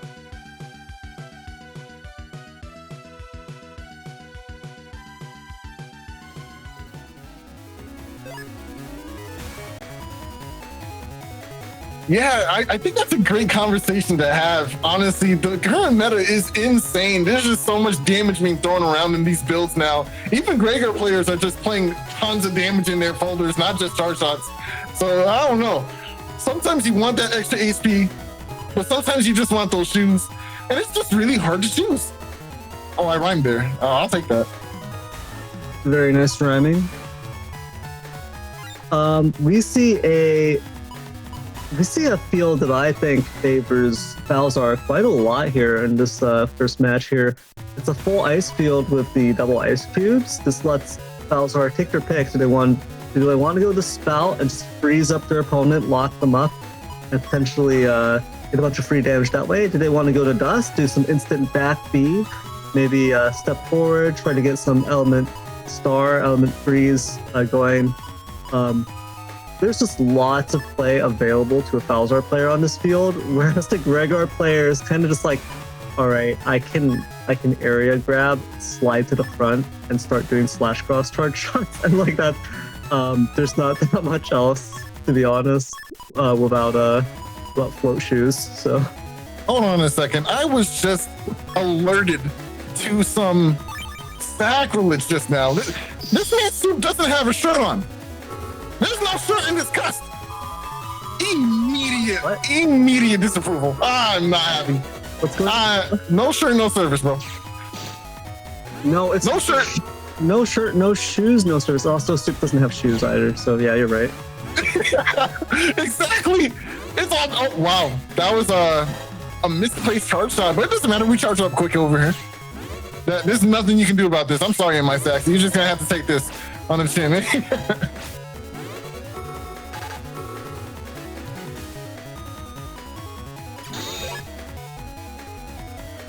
And there goes 770 HP on that first turn. Yeah, that's the power of slash cross. You just do damage when you don't have a check for it. You know, Gregor players, you can't complain when your opponent has their meteor knuckle and their groundman SPs and they're going to hit threes and such because you know what you do. You know what you would do if you weren't checked. Like, let's stop the cap, right? Let's actually talk about it. because we can't just let you be in our faces, doing all that damage and not get punished. You know what I mean? Like you can't be doing that. Oh, a perfect answer to Tomahawk.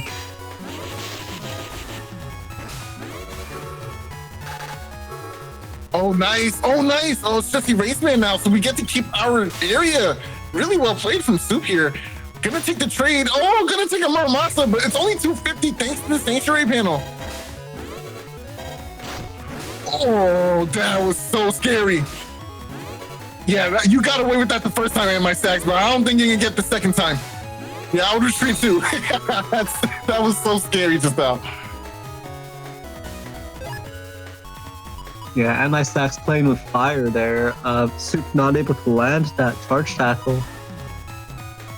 But that just leaves the option open for an even heavier hit here through this Element Man SP or the Element Man Star. You kind of want to use that for something else. Maybe some setup, maybe break some panels. Your opponent is playing Falzar, but they don't have air shoes. They don't have hub. So you can actually limit their movement severely and then just pressure them into popping a defense, counter with your Element SP, and get that damage that way. That's one big option. Ooh, Anti-Sword actually goes off there from the anti-damage.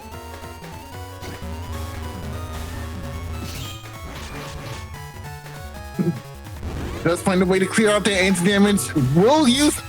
Oh, that's going to be a juicy amount of damage. Oh my gosh, wow. Holy Panel, 2 nice tech stolen straight from Symes' playbook. Gonna go ahead and allow you to take half the damage here from this Erase Man and the possible follow-up as well. So you were able to get a ton of... Oh, no, you're not. You're about to get decrossed with the same... Well, not exactly the same. Oh, those P shots looked real good, but not a single Buster proc. Imagine not being PC. Can't be me, I guess. Oh, there you go. We finally got the one Buster proc. Nicely done. There we go. Good job, AndMySax. No, there was one other in that turn earlier in it. So there's two total, I think. Okay, all right. Nice, for that many P shots, playerzero would have already deleted you.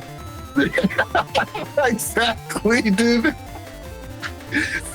Nothing personal, of course. Actually, I think it's technically impossible for PZ to have already deleted you. You would be at like 1 HP though. Well, in Soup's case, you would actually already be deleted because you'd have no undershirt. But yeah, both players knocked down pretty hard.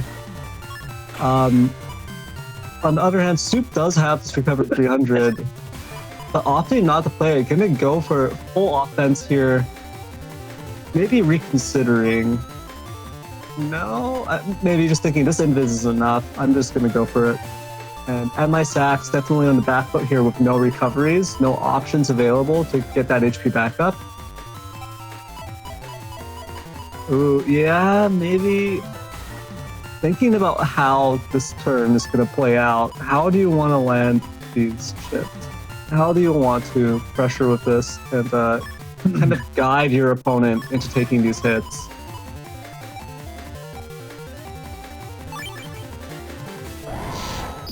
All right, and we see a beast down for AndMySax trying to bridge the gap, and Tomahawk Man gonna do an insane amount of damage here, leaving you with 1 HP left. And the follow-up, Tango Man gonna deal with everything here. No, Getter can't save you. We're looking at a game 2.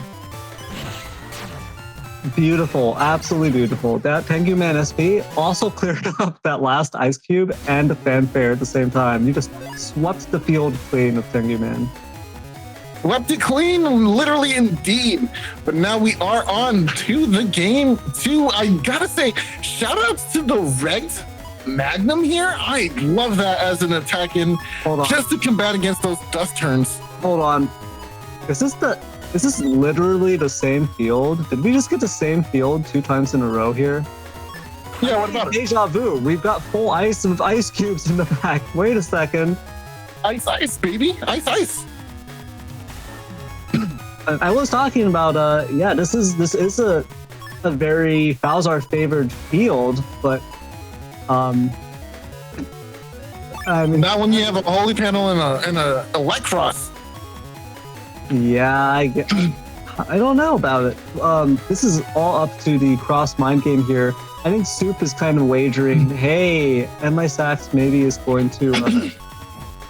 Actually, no, you're right. That Holy Panel switches things up a lot. It gives Soup the option of actually getting into the middle, having that defensive benefit in the middle, being able to pressure from turn 1. So that is actually very good for Soup.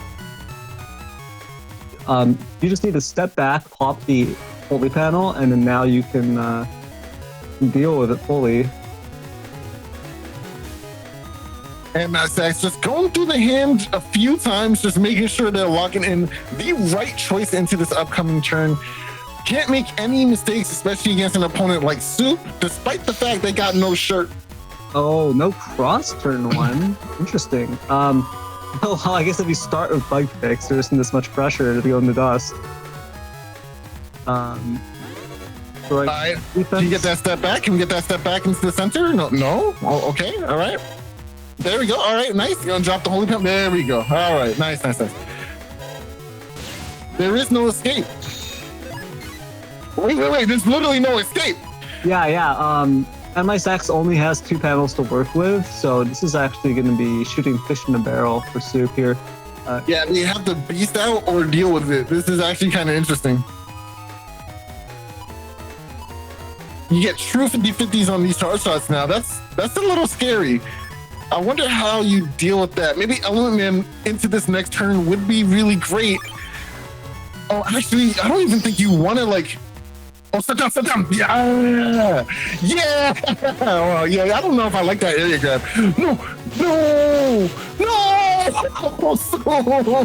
It wasn't worth it, I swear. It wasn't. It was worth it. Was it really? It was worth it. It was entirely worth it. I don't know. You could have denied that whole turn. So how can you call yourself a Gregor player if you wouldn't go for that? How can you call yourself a Gregor player? I am disappointed in you. Wow. The spirit of Gregor is Unga Bunga? letting your opponent take your arm so you can take their leg. Okay. I understand. You can take you take a bite out of me. I'm gonna take an even bigger bite out of you. And that HP, it's about the pressure you're putting on your opponent. It's about not letting your opponent feel safe. Just putting it's about psychological pressure, and also AndMySax doesn't have recoveries. This damage is there to stay. Every little bit of damage you get, that means you're gonna be able to go for the Gundel Soul that much sooner and just have the threat of a full deletion on it, and your opponent either plays around it or they just lose. So stepping around that erasement, nice, you got it. Oh wow, in stream chat, he finally speaks first comments on this entire stream. Exactly, Neryth gets it. I hate it here, bro. That's the spirit of Gregor. That is the spirit of Gregor. Now, that being said, AndMySax is in a... Actually, this isn't a great situation. These ice panels make it not so good. Ooh, and the stolen Tengu SP... Oh, that actually frees Soup up, though. That's actually interesting, the way that worked out. I guess the Tengu SP would have freed it up anyways, depending... It wouldn't matter who it came from. It would have hit that ice cube and, taken care of it. I don't know if it would have. I don't think it does enough damage. Honestly, this area is really awkward for AndMySax. With all this ice, you can't really line yourself in the middle and feel, confident. This is really weird spacing. Honestly, maybe you just camp that Holy Panel anyway. What do you think? You really want to turn this all on the grass. This is terrible. Yeah, I'm not happy with what I see. If I ain't gonna lie. Yeah. So if Soup actually didn't get that stolen away by anti-Navi, that Ice Cube would have taken one hit and then survived. If it hadn't taken any other hits, Ice Cube has, I think, 200 HP. Tengu SP only does 160. So if both hits had to land to destroy it. This frees Soup up a little bit, but it's not great. Ooh, getting this back though. Okay, never mind. Oh, instead of grass, we're gonna get some broken panels instead. Oh, nice. Wow, good defense here. Good defense. And my Sanctuary coming through. And let's go. Let's go. Oh, Yeah. Oh, he mixed himself. You know what? This is. Oh. Ooh. Okay, Soup. Okay, Soup. I see you.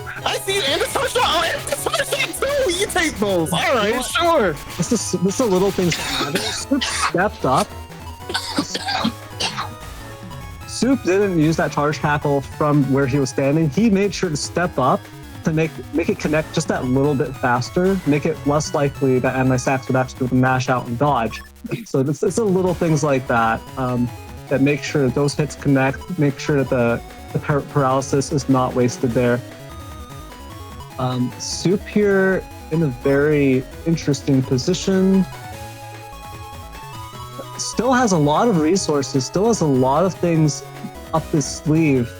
Meanwhile, AndMySax is burning Beast turns, is about to run out of Tengu, not going to be able to deal with what's coming. Soup just has to weather the storm, continue to put a little bit of pressure. Well, not even, I think your job here, you've gotten your opponent down to 1125 HP. Your job here is just to wait out their defenses, just to wait out this bit of resource usage, and then hit them with, as soon as they fall out of Beast, lose Tengu, you just start hitting them with the Magnum, you start hitting them with these charge shots, you just start pressuring them again. They try to pop defense, burn through their defense, and then Kernel Force and finish them. So it's this kind of match here. Ooh, yeah, bring that full cuss just to make things end a little bit sooner. Oh, nice.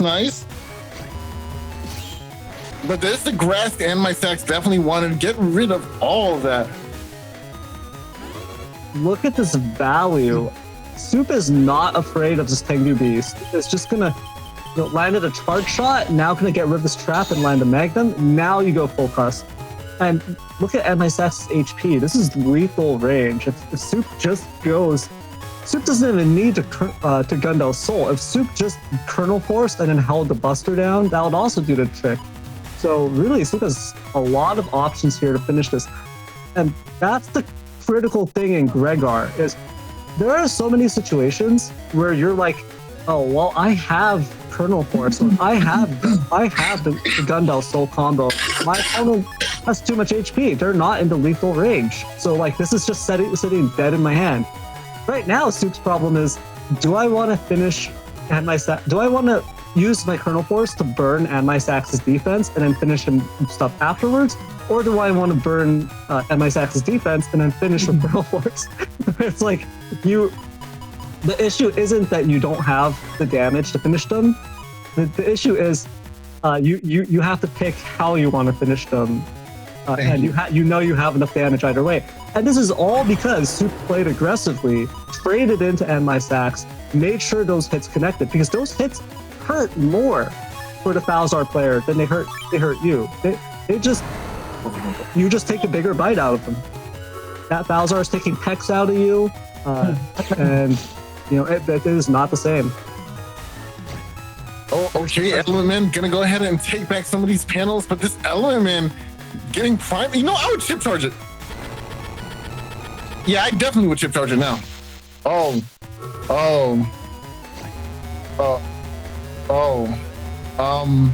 Ice? Oh. No.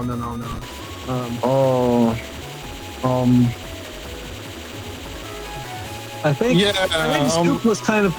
Soup was counting chips and thinking like, do I need ice to do the defensive play here, or do I just fire to get rid of anti-damage? And Soup was just like, even if they had one more chip to Tengu charge, I would survive. Like, there was some math going on there where Soup was thinking about whether or not they needed to play defensively or more offensively, and they realized they can get away with just making sure that anti-damage goes down and Gundel Force does the job. So well played to Soup. Well played.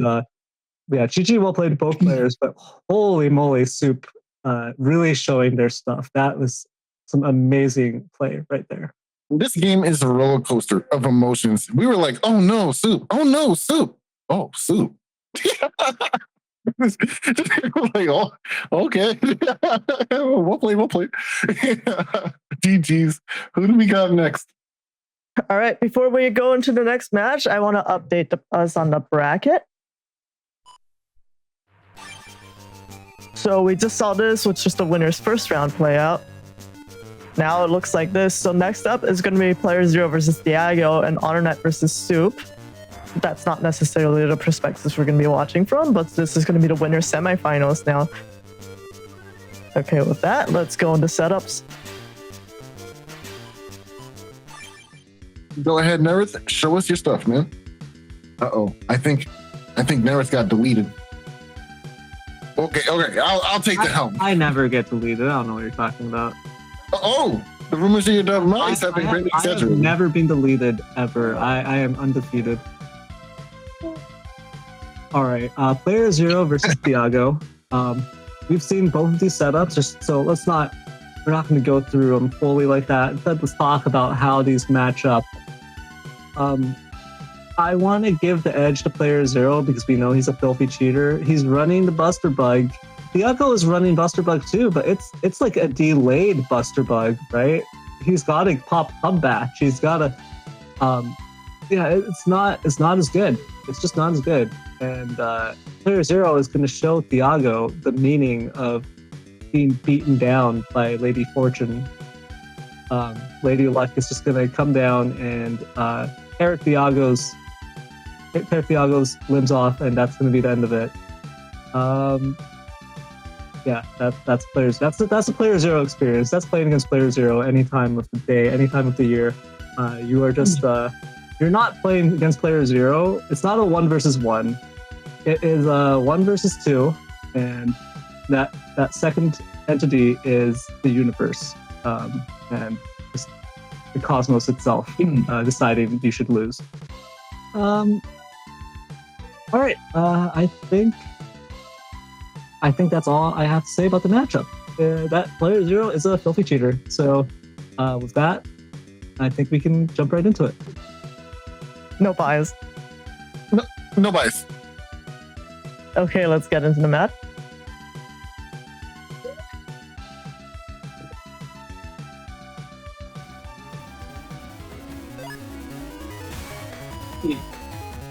Ooh. Is that? I'm sorry. Hold on. Is that a turn one bug face with a barrier and focus? That's a turn. That's a turn 1 playerzero. Yeah. That is a turn 1 playerzero. And look at his offensive options this turn. He doesn't even have to go for the bug fix, the safe play. He could straight up just get on you turn 1. I mean, the big thing is Thiago has 4. What is this? What is this game? What are we watching? Why are we here, Neryth? We are here to serve as slight road bumps for people like playerzero. We are there to just cause a mild discomfort on his way to victory. That's why we're here. That's only. How dare you? How dare you shuffle back the focus? I hate it here. I hate it. playerzero, I don't like him. I think he's just a bad person. He does mean things to people. Unapologetically, of course. After the match, he never apologizes. He just says GG, which is horrible. Awful. He doesn't care about your feelings. Now, the only good thing about this match right now is the purple fruit gushers on the field. Now, it's not a picnic. We don't have the grass, but I love those purple fruit gushers. Hopefully, playerzero loses some HP to them.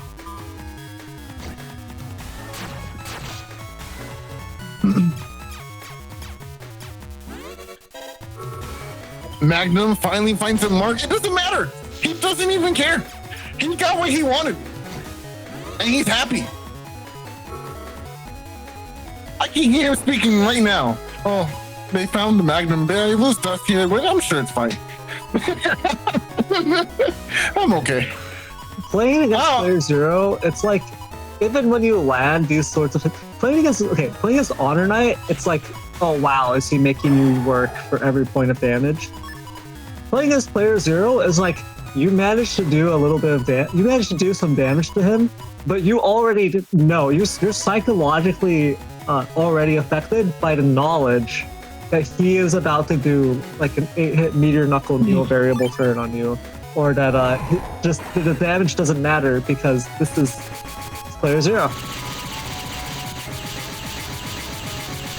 Player zero waiting for a TFC just to drop down the Magnum for his own decross and to get rid of the trap, of course. Thiago still in a good position as Hub Batch comes down for them. Not bad, not bad. And there goes the fast gauge. Now, this is something that's really interesting. Player zero doesn't quite mind any of the gauges he plays in. He just kind of adapts, which is why we don't usually see player zero play gauges. He kind of just adapts to what's being played for him, right? I've seen many times, well, not just player zero, but many players just use their opponent's gauges against them.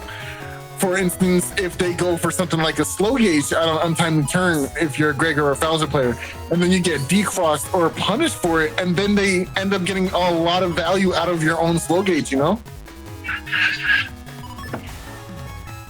Here's the thing. Thiago is in Beast right now, and is, it's fast gauge. There's not going to be that many more Beast turns. And then player zero has Neo variable, has Muramasa, has 2 big sword options. So once the Beast runs out here, oh, what the heck? Wow. That's somewhat disrespectful, player zero. I guess it strips the invis. It strips the invis, but that is somewhat disrespectful.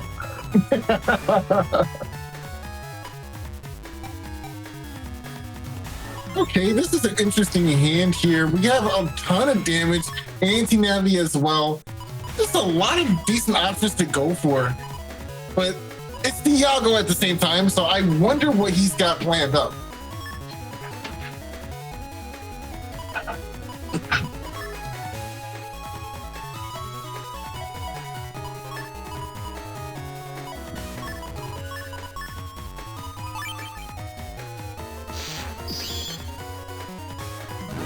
All right, going for the chip charges here. Gonna get rid of one of the anti-damages.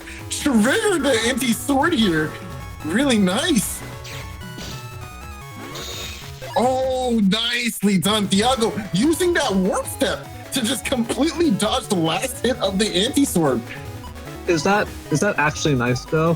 You dodge the last hit, but the last hit is the one that gives you flashing. So now you're vulnerable. So let's see how that goes.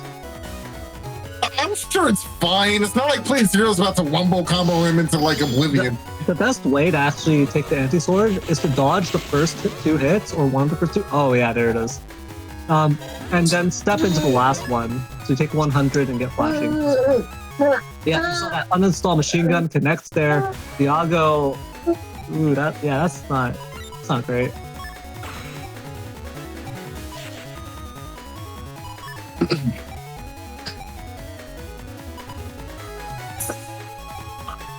All right, just checking out the options here, trying to see what is best for this position that he's in. And I gotta say, I think Meteor Knuckles this turn does sound pretty juicy. A Magnum here will get rid of that anti-damage, but luckily we have another one queued up. But Thiago not relenting this area, definitely wants to keep it. Another area grab as well. This is looking pretty dicey for player zero.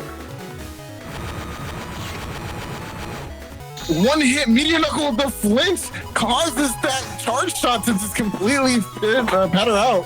This is actually looking pretty good for player zero, but I don't know. This is still Thiago. We still have way more in the bag. This area that he's in right now could be a very juicy follow-up for... Okay, all right. All these holes, but it won't prevent the books from appearing. Nice, good damage. Oh, really nice turn. The fast gauge enabled that turn of flashing to last the entirety of the turn. So now Thiago was able to just get a nice combo attack in just before the turn ended. I wondered if we'll see a change in cross. Player Zero, recognizing that there's no threat from Thiago in terms of an actual play for deletion, just gonna go for value, use up the rest of these chips, get that Element Man. Does connect, get the D cross. Oh, yeah, okay. Okay. No! Oh yeah, that's the good stuff. Oh my. What? Player Zero used the Element Man star to fish for defense, fish the defense up Thiago, saw that there wasn't an Wow. and then went, okay, I'm gonna grass and you're gonna take even more damage. That was insane. That was a heads up play, bro. That was crazy. This is why I hate Player Zero. It's not just because he's a great player, he's great at the game, one of the top players, you know, just amazing. It's because I mean, well, no, it is because of those things, but also because he's just. Oh my God! He dodged that. How did you dodge that? You're actually godlike. Hold on. How? You didn't know. You didn't know. You were being pulled. How did he react so fast? No, I hate it. The players are. How did you do that? I just need to know, bro. To be honest, that is a very Thiago play to make. When he goes into thank you and is just standing there, that is kind of a moment of like, I feel like I've seen this happen so many times before. So I feel like that was. Oh, nice erase, man. That will deny the near variable and a couple of procs too. There goes. Okay, that's 1, 2, 3 hits. That's still pretty good. Just Man gonna get all these nice panels back as well. That was a pretty great turn for Thiago. It's not over yet. He's saying loud and proud. But this looks like a very scary hand to behold.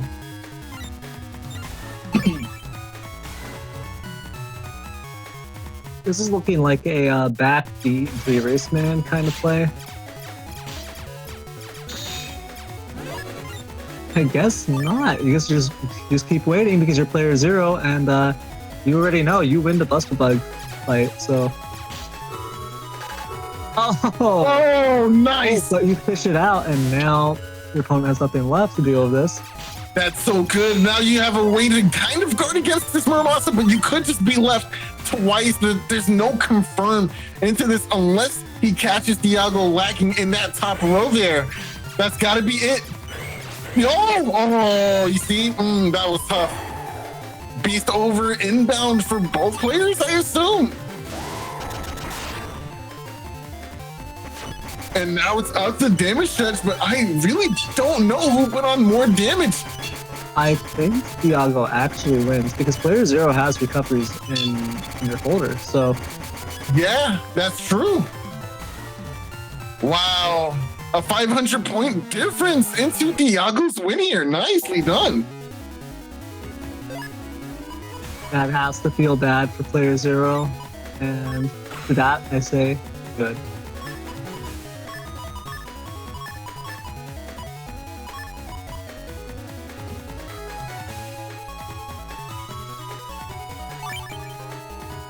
Player Zero, I know you're out there. And I just want to let you know that every bit of pain, every bit of suffering you feel, however minute, brings me immeasurable happiness. All right, no bias. As I was saying, Player Zero here. Ooh, getting this turn 1 element. Eli. Whoa. This is a huge tempo loss for Thiago. Losing that turn 1 dust despite having the barrier. I mean, it makes you think that, hey, maybe going for that immediate fast gauge, forecast, is the better play here. Now, we have to see here, does Thiago have the luck to just have a bad show up turn 2? I doubt. Extra doubt. I mean, it could happen. It's kind of a giveaway depending on his cross selection, and based on the fact that he went Beast, I don't think there's about that. Oh wow, what a reaction! Didn't have time to dodge, But whoa, the anti-damage came through for PlayerZero here, not getting the paralysis or attack hit from that judge man there. It was really nicely timed. Unfortunate for Thiago though. Oh, there's the bug fix from the last turn. And there goes the shoot. And what are we gonna get? Oh, 2 recovers. Yeah, you hate to see it. At least this early on.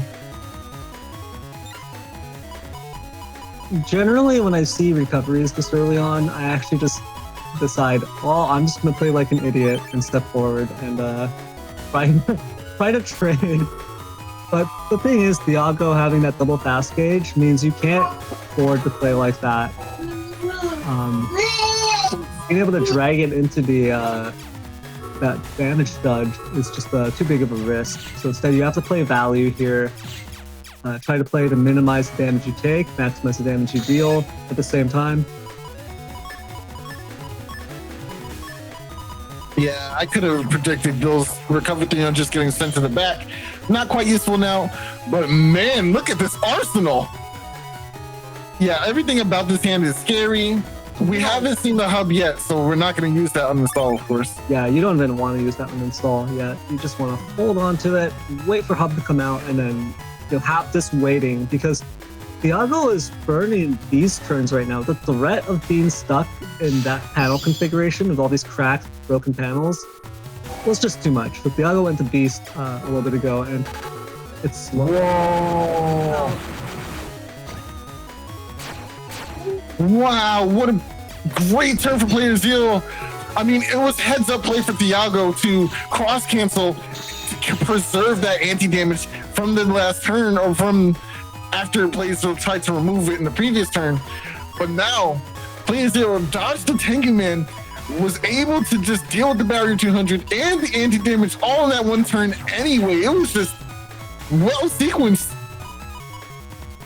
That was a weird shuffle. Also, yeah, that was only 2 hits. It didn't even pop the anti-damage. So the Meteor Knuckle was quite unlucky, considering it was a corner 4-panel corner Meteor Knuckle. On the other hand, it being 4 panels like that, that means that actually it broke every panel back there at least. It's another way of looking at it.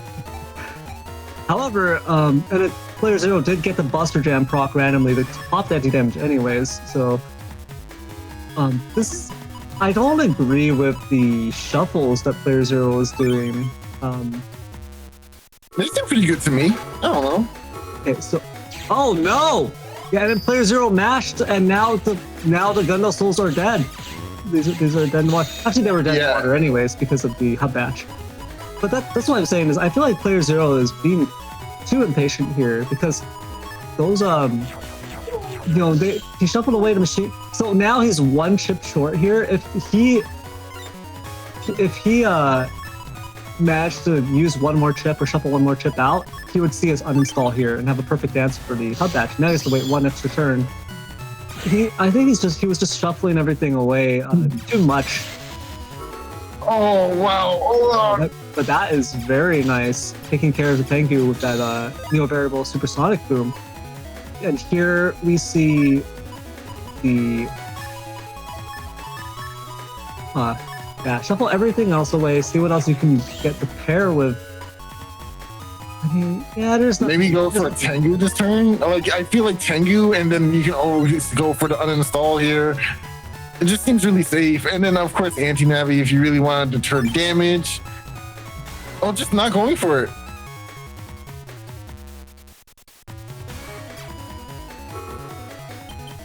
Wow. Wow. Okay. Well, oh. And not using the air. What happened? Like, what was that play? Huh? Okay, hold on. PlayerZero was overthinking it. PlayerZero was overthinking it. Was trying to fish out certain resources from Thiago. Just happened to get hit by Thiago. Just went. I only have the resources to hit what you're currently in, to target Dust Cross. This is like that time Drake dropped a fighter verse and dropped an entire sequence of lines, and this the song was still fire. Like that's what just happened, bro. That's hilarious. He gave him a whole free turn. Oh no! Oh no!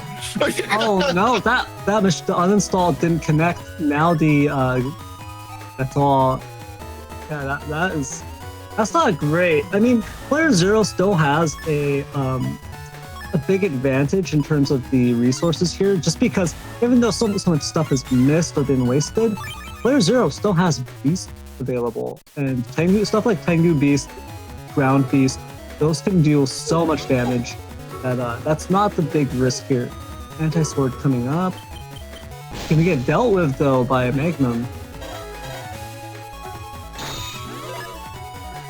Yeah, this is just very defensive movement from playerzero. If you can wait it out until the until you can actually use the Element Man SP, then maybe Thiago doesn't have defense. I don't know.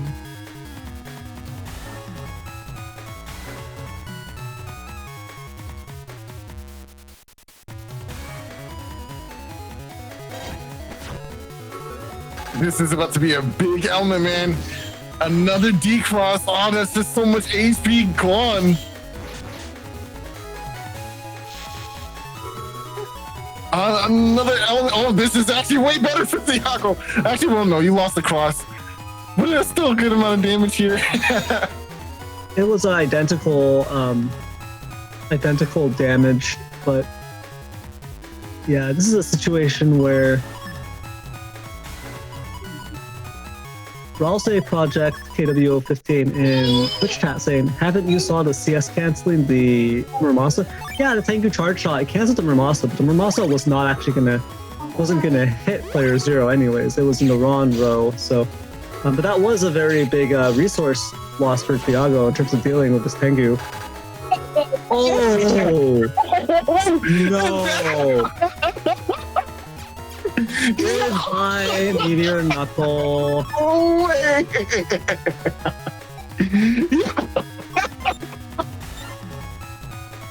No way. Oh, that's a really nice judgment you have there. That's crazy. That's crazy. Oh, S-tier chip, by the way. S-tier chip.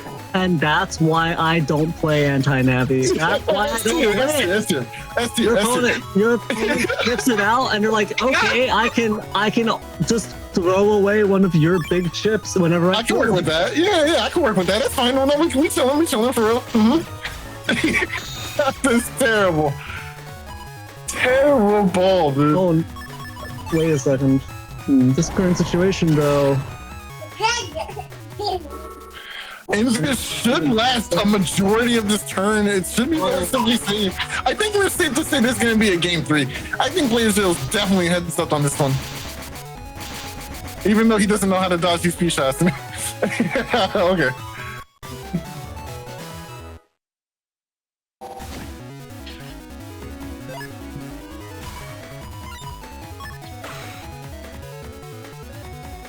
All right, here we go. Game 3, and the teeter opens life for a bug fix. Turn 1 once again. And even if your opponent just so happened to have rush, but they don't. So it's not like everything's, cohesive like that, right? this guy, bro. Oh, man. This is crazy. I wonder if Thiago opened just as... I guess he didn't.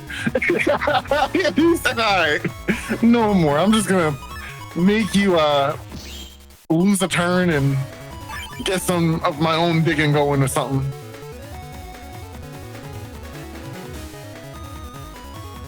So what has to happen for Thiago here is they have to win the B left trade, get at least both of these cubes to deal with that life for turn 1. And he has to hope he doesn't get mixed by ice movement. That's a lot that he needs to do. Oh, okay, they both have life order. All right, who wins to be left? Oh, it's Thiago here. Okay, so you got this bug fix in.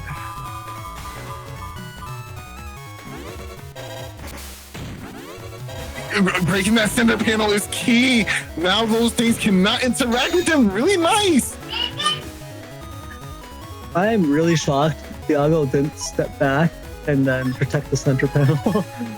Yeah, especially since you watch the golem. You watch Charlie travel across the screen while the opponent is stuck there, right? So you could have easily just moved up to that spot and threw a cube at him and got that life for it, but it's probably one of those things that's hindsight, right? You don't think about it in that moment.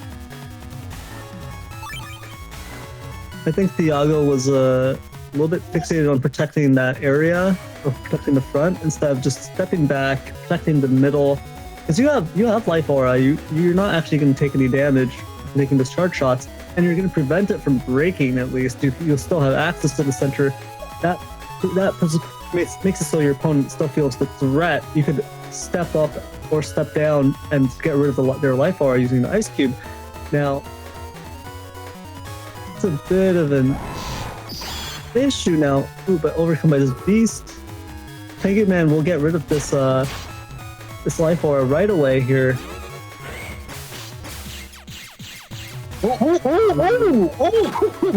Oh, and the Magnum to boot. Nice, gets the D-Cross here. Luckily, we're in Tengu, so we do have access to the movement still, can move around. Just as nice. Oh, Bubble Star just going to whiff here. Another Magnum also gonna whiff here. Probably didn't want Thiago to go into this next turn with flashing. Or it was a genuine myth. I have no idea, but you know, you can make something up.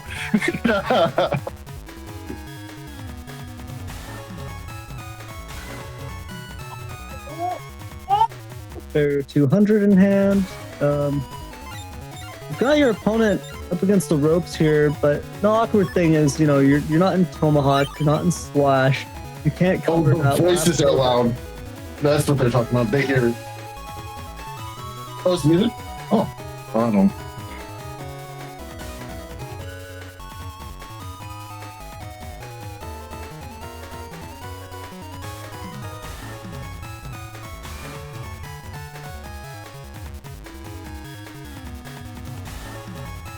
Thiago thinking this turn through. It is a dangerous situation here because Thiago doesn't know whether or not player 0 has one more area grab and he'll be able to complete the Tengu walk. Let's go over. You reached out to him, bro. He was supposed to be here yesterday. Think about him.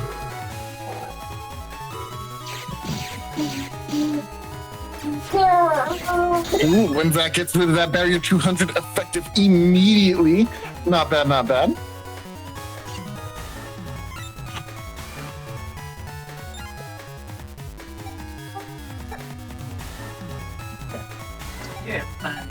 Yeah, you're fine.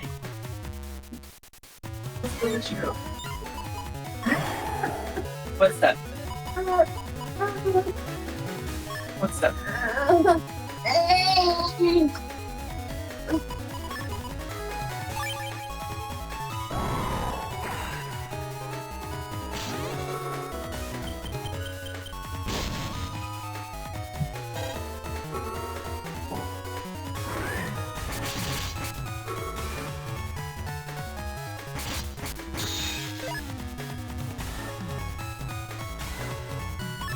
This fast gauge is really making things just, you know, breeze right on through. You see player 0 not feeling pressure to do much during these turns, just waiting for it because he knows that there's going to be a chance to punish afterwards with what looks like it's going to be Get and Gundo Soul.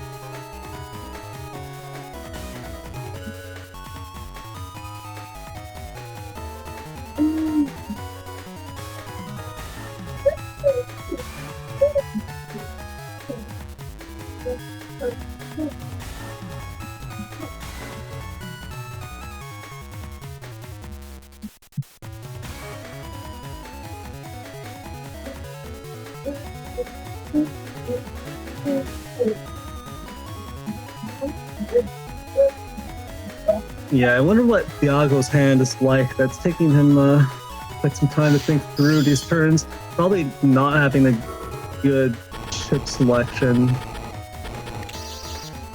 Ooh, fortunately. Oh, Playerzero sitting duck. Gonna lose the anti-damage for it. I mean, they had anti-navi everywhere, so I guess it didn't really matter.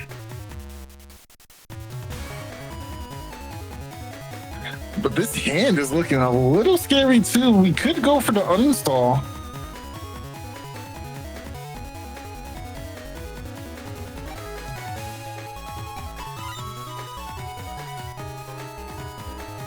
Yeah, I think it might just be a situation where you're waiting for your opponent to actually be vulnerable. Oh, what's this? Going to ground? Are we? What's the game plan here? I wonder what he's going for here with the ground piece. Yeah, I'm not sure if maybe the momentary. I don't know what he's going for. I'm scared. I'm scared, Neryth. He doesn't think that. What is this? Yeah, what is this? What? What? What? For why? For why did that happen? What? For what purpose? To what end? One does not understand. Yeah, one cannot simply understand the mind that is PlayerZero. Genius works as genius works, bro. Like, maybe throwing those. maybe he has a very complicated. It's like when you play against the computer in Mario Party, right? And they do something that's a really silly play, but they win in the end for it. You know what I mean? Like, maybe that was that kind of moment. Like, oh! Blades crossing. Unfortunately, PlayerZero mixed in some fists with it. Like he was coming in strong, dodging Thiago's sword as well. That was an anime moment. It was all to make Thiago feel overconfident, feel safe, so that this could happen. It was all for this, PlayerZero. This moment, PlayerZero right now, making what looks like misplays. Just to manipulate the circumstances so that Thiago randomly gets melted here. Man, that's crazy. Finally, we see the match. Yeah, nice CFC here. Gonna get that nice juicy paralysis. Element man for the ×2. Yes, sir, indeed.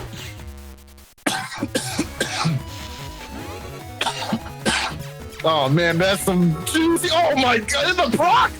Right before the end? Are you kidding me? Oh my goodness, what an unsurmountable. Whoa, 1500 HP? 1 HP? Now, come on, I don't know.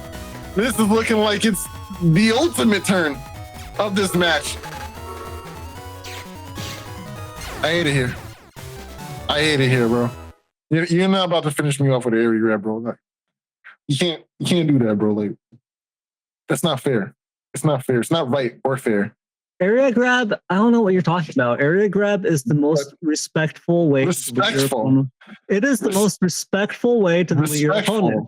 You're fully respecting your opponent. Respecting, but in what way? How? The only thing more respectful than an area grab finish is a panel grab finish. Oh. All right. So with that, I want to go into our next match, which is going to be the other side of the brackets of Soup versus HonorNite. All right. This is another matchup between two people that we've seen before. Now, this is going to be a tough match for sure. I feel like this is favored for Soup, but I could be wrong. I feel like that Reg Magnum is going to shift how HonorNite plays in the earlier round. Although, HonorNite having a Reg Grab event is going to be pivotal for denying /cross turns. I feel like /cross turns are what Soup is the most efficient at. So, it's going to really come down to those couple of turns when Soup decides to go for /cross, how long he has to abuse it before HonorNite can find an answer. Now, HonorNite does have two answers in the form of Ground Man SP and Meteor Knuckle. But is he going to have it when that unfortunate turn of /cross comes into play? I don't know. It's actually kind of tough.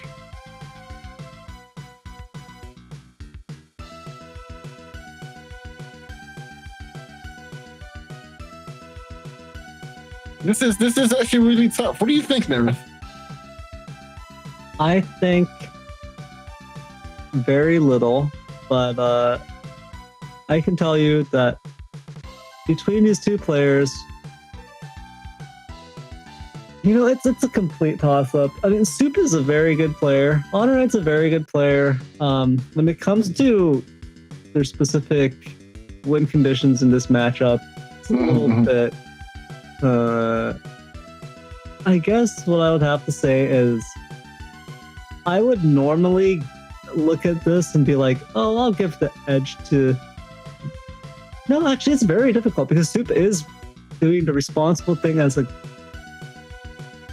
Gregor player. The responsible thing as a Gregor player, running double slow gauge so that you're not going to get stuck in fast gauge hell with your opponent just dragging you through the mud to the finish line.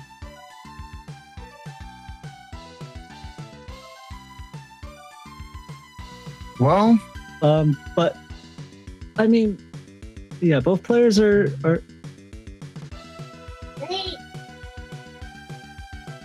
both players are just I don't know.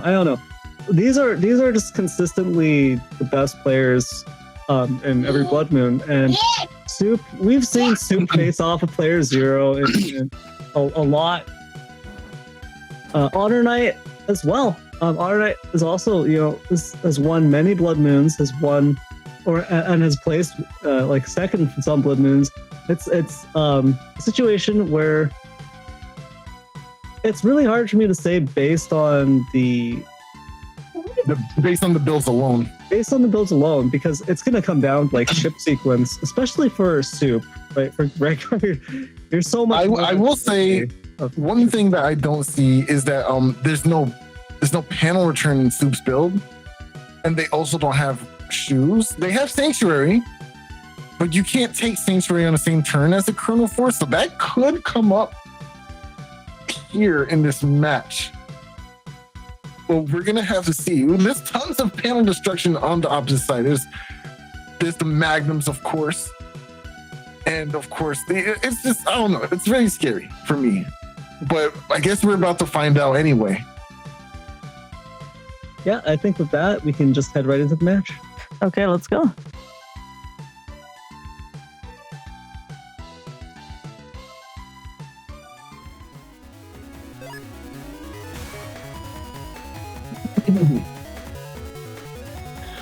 This is an interesting start for Soup here. I actually kind of like that we have these two defenses in hand. Of course, we have the double area grab, so you could immediately go for some slash cross pressure. The anti-navi would deny an early ground man. This is a really scary turn one slash cross turn. Like, I mean, you don't have the slow gauge though, right? So I guess you run the risk of maybe an early full cut from HonorNite side. You also run the risk of an early fast gauge from HonorNite side, so I don't know.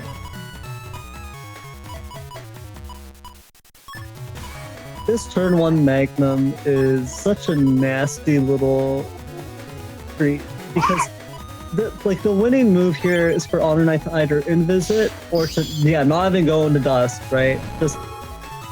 But either way, it's still gonna break these panels. It's still gonna be a huge nuisance unless HonorNite full cuts straight off the bat.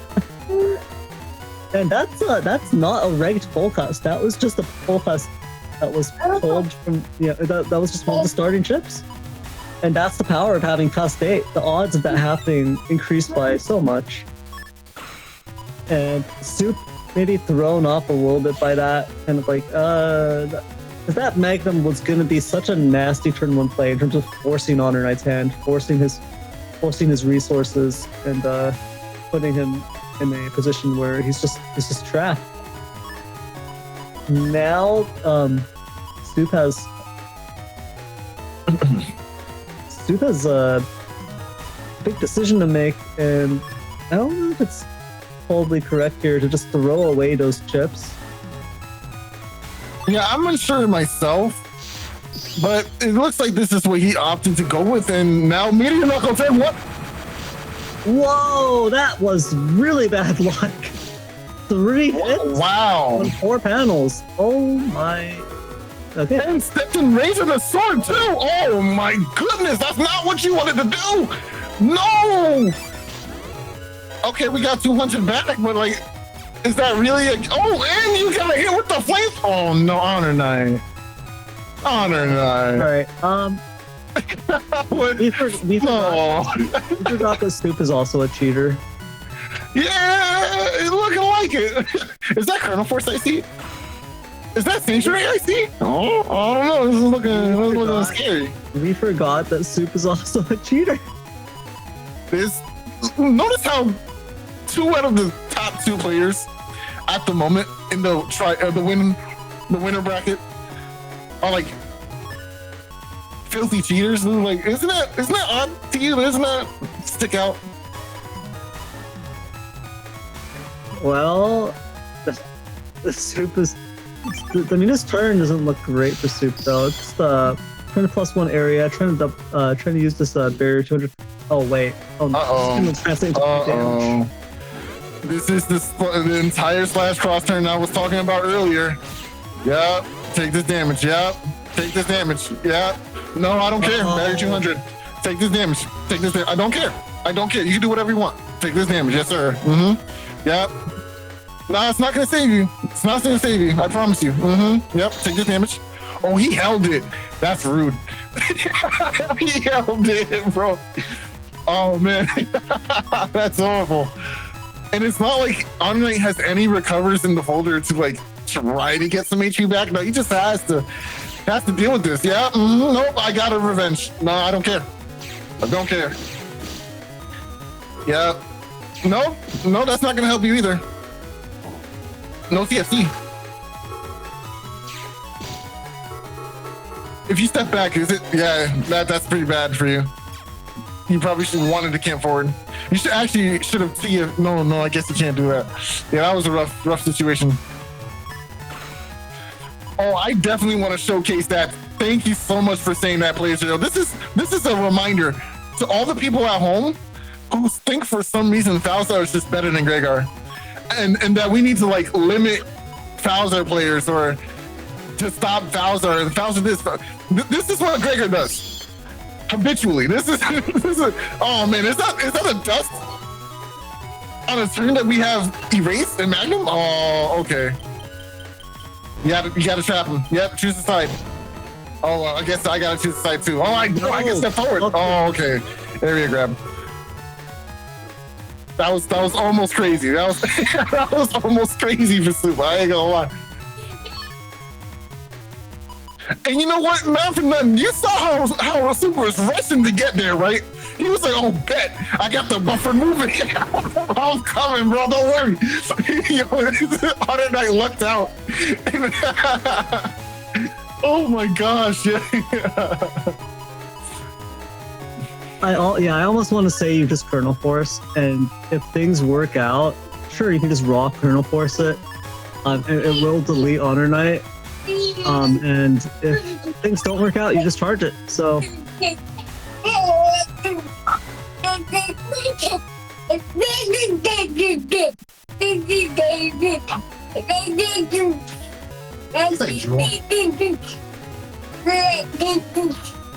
he okay? He's teething. That's how I feel too.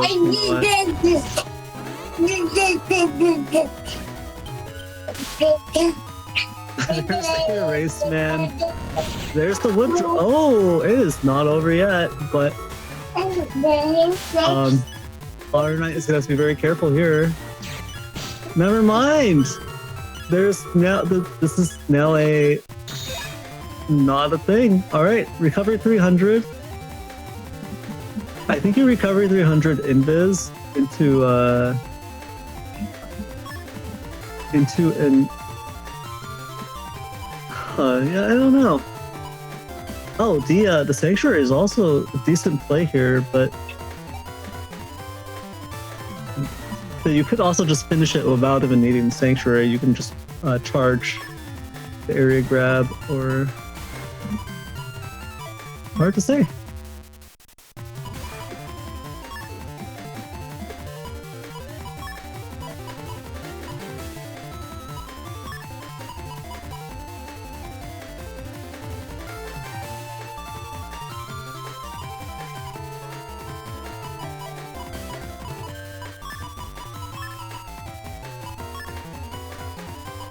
I think Soul just robbed us of the pleasure of hearing his baby. Baby Soul. Yep. Oh, what a shame. Oh, there's the rush though. Testing 1, 2, 3, test. L's never gotten rid of.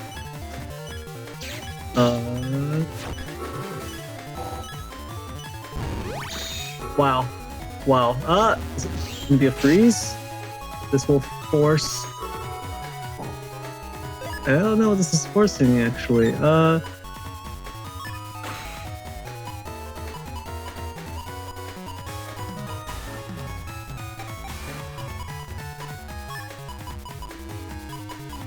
Problem for HonorNite now is that Soup is burned through the rush. Is gonna get this invis and just gonna get this really good offensive turn here.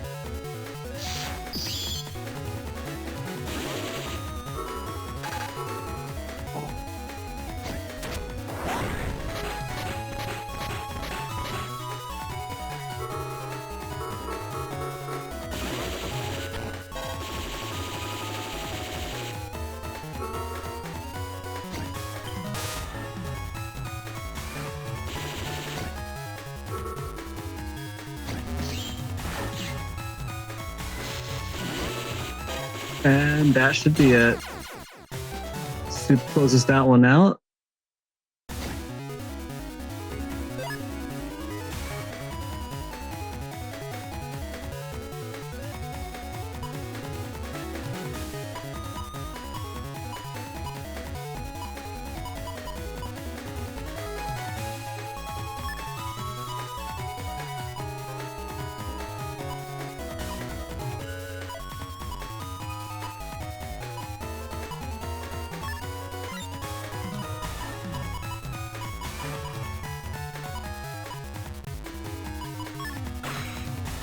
So it's a center permahole field, which does mean that Colonel Force is at a disadvantage here. We'll see how this comes into play here.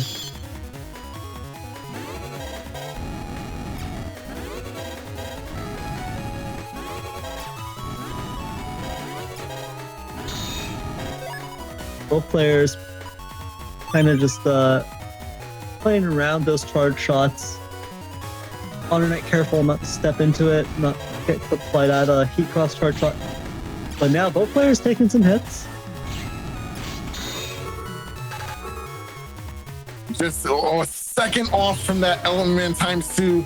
But I guess it didn't matter, of course. The anti-damage is still there. A grab 2. This is looking like a favorable position for HonorNite, but... Oh, will you cross change? I mean, I could see going for Elec or even Erase, actually. Yeah, that might be pretty good.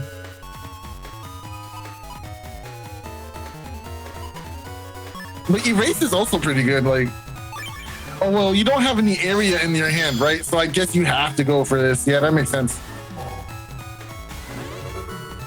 All right, there goes Rush getting baited out here under the safety of the life area barrier. Be also getting baited out here. Gonna go ahead and lose the Invis and that mega chip in trade. But we do have charge shots.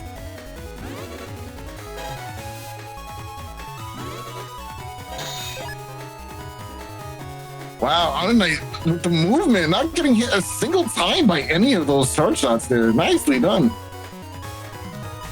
Yeah, HonorNite does have really strong fundamentals here. Able to play very, very well defensively, just dodge most of the things you throw his way.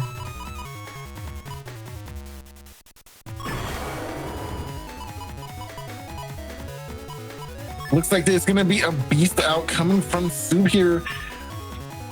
I do gotta say I like it, especially under a slow gauge. You know what? Why not bring one or both and just go for those chip charges?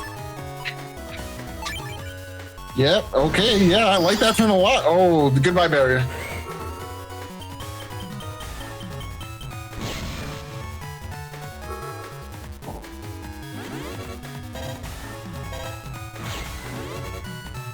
Oh, just so much damage from the beast charges. Oh my goodness. Uninstall, yeah, it didn't matter. I lose super armor, but I'm in beast out right now, so we don't really care about any of that. The real problem is the center hole perma hole. It's gonna deny Eternal Force from doing the maximum amount of damage if HonorNite finds himself in that center row there. But I guess we'll have to see.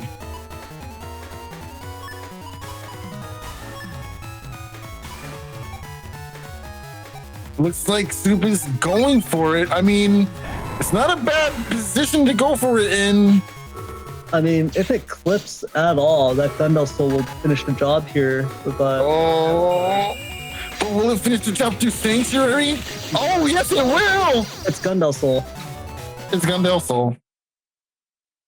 With that, Soup takes that 2-1, and well, yeah, there it is.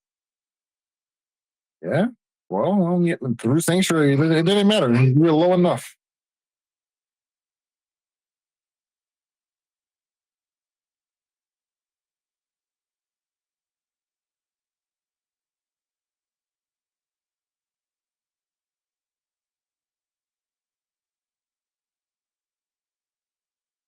Okay, are we ready to get into setups for the winners finals? Yeah, let's do it.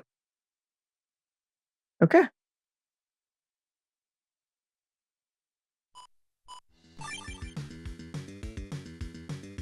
I don't even have anything to say about this. We've got two cheaters, and we're gonna see. We're gonna see who cheats harder.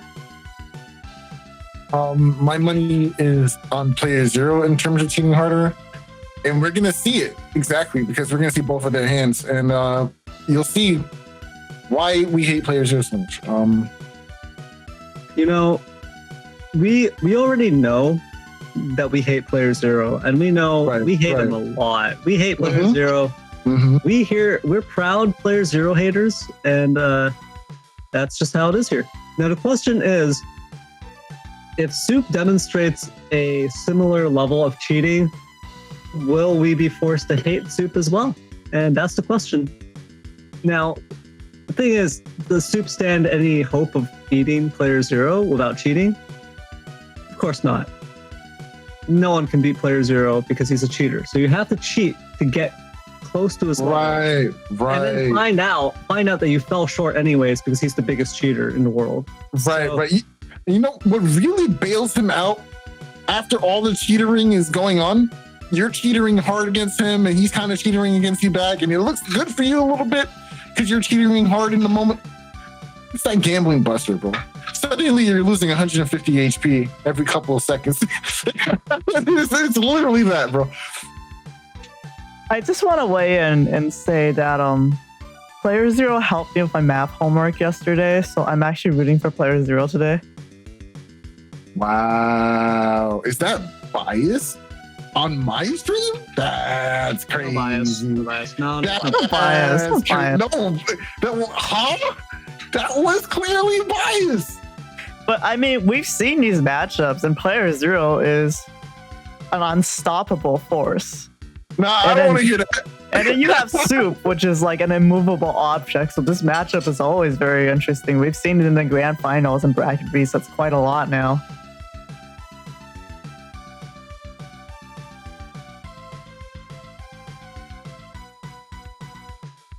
I hate them both, but I have to admit, That's crazy. I have to admit, I generally hate Player Zero more. Like, Player Zero is just the epitome of a cheater. He's literally...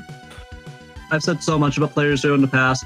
I don't need to repeat myself. I hate Player Zero, and with that, I'm ready to go in. If you are, but if you want to continue hating on Player Zero, be my guest. I'm not going to stop you.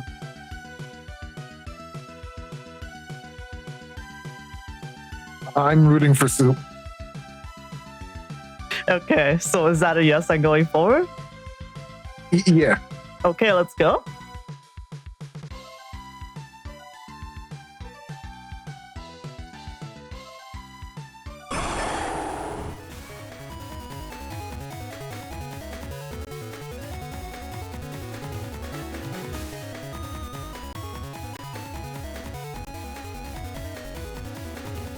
All right. I'm I'm looking at this hand, and I gotta say, it is not a turn one bug fix hand. I have to apologize for my rude outbursts. Yeah.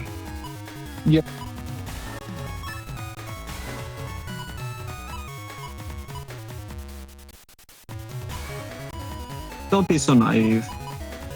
You're gonna see everything fall into place on turn 2. Don't worry about it. Yeah, you're right. You're right. And then there we go. Yep. Okay. Turn 1 goes into.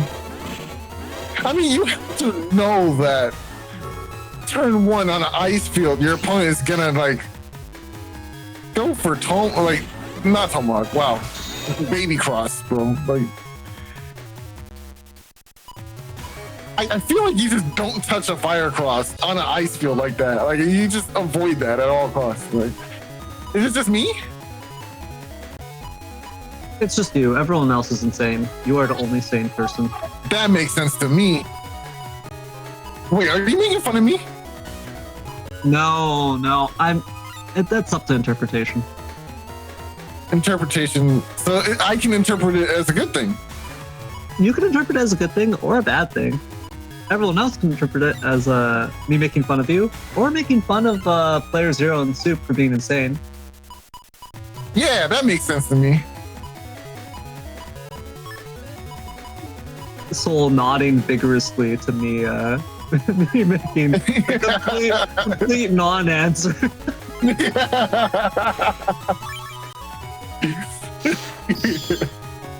Okay, nice. We get the electro. Oh, okay, nice. Tengu SP. Gonna get some damage through that shield. Okay, nice. Ow. Yo, Aqua Charge Shot is that quick? I didn't think it was that quick. Like, I knew it was quick. But that quick, though? That's crazy. How you get a whole charge shot after input of Neo variable at that close of a range? Like, it was literally in their face. Like, or is it just that that's how long freeze is? I'm actually like perplexed that sequence just happened. That was so fast. Soup is just taking a beating. Getting hit by this super soaker and just having no response to it. You know, just running away, running around in circles as Player Zero is hitting him with the super soaker. And yeah, I don't know. Did you just call it a super soaker? That's canon. Just like Charlie, we are now calling this charge shot the super soaker, bro. There's nothing else but super soaker now. Oh no, that is so. You're old. I am old. I am old. I'm an old person. I'm an old man. Same, dude. Oh, but oh wow, yeah. But in your case, Soul, when you're playing, if you ever play Falzar and you go into Spout Cross, it would be a super Soulker. I see what you did there. Now I'm following. I'm picking up what you're putting down, brother. I'm picking it up.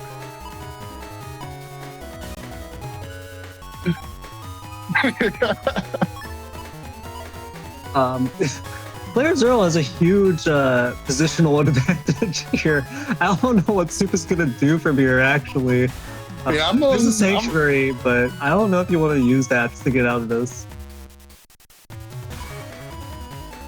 Meanwhile, your opponent has double get in, Dust Cross, Dust Beast. Yo, he went Dust Beast specifically. Oh no, he didn't go Dust Beast. He's just going for the full cuss. Wow. This is about to be. Oh, okay. That was a great turn for Soup just now. Sarcastically.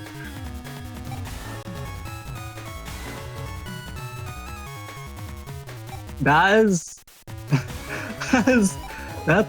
such a turn. That's such a turn, Player Zero. Wow.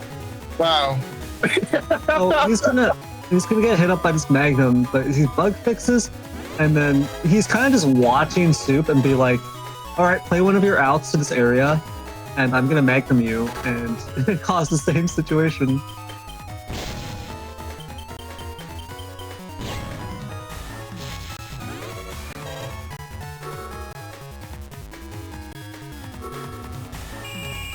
Okay, Holy Panel can help here. It's not too bad. Can it though? Can it really? I mean, playerzero can just go for that uninstall machine gun at this point.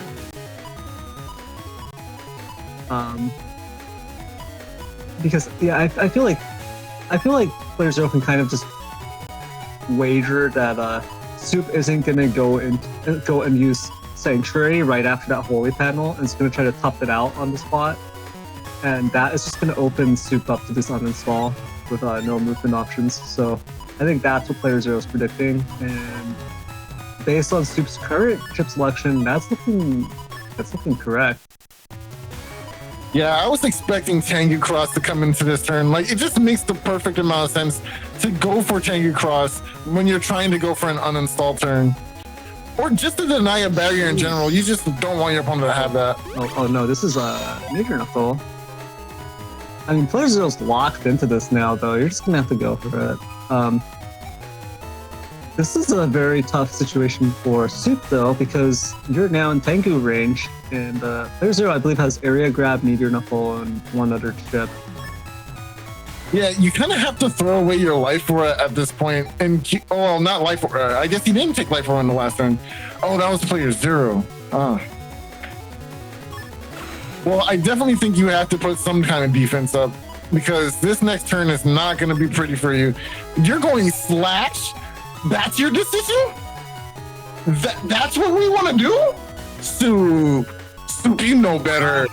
Soup, you know better. No! Not that invis, but is it gonna sequence? Okay, Element, get the freeze at least. All right, nice. You get the D-cross. No, you don't. I'm sorry, you don't. No, it's all a trap. Oh, okay. Catches him on the slide back.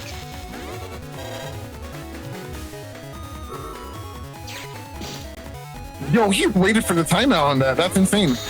Yo, that invis lasted forever. Oh, he's going to test the invis. No way.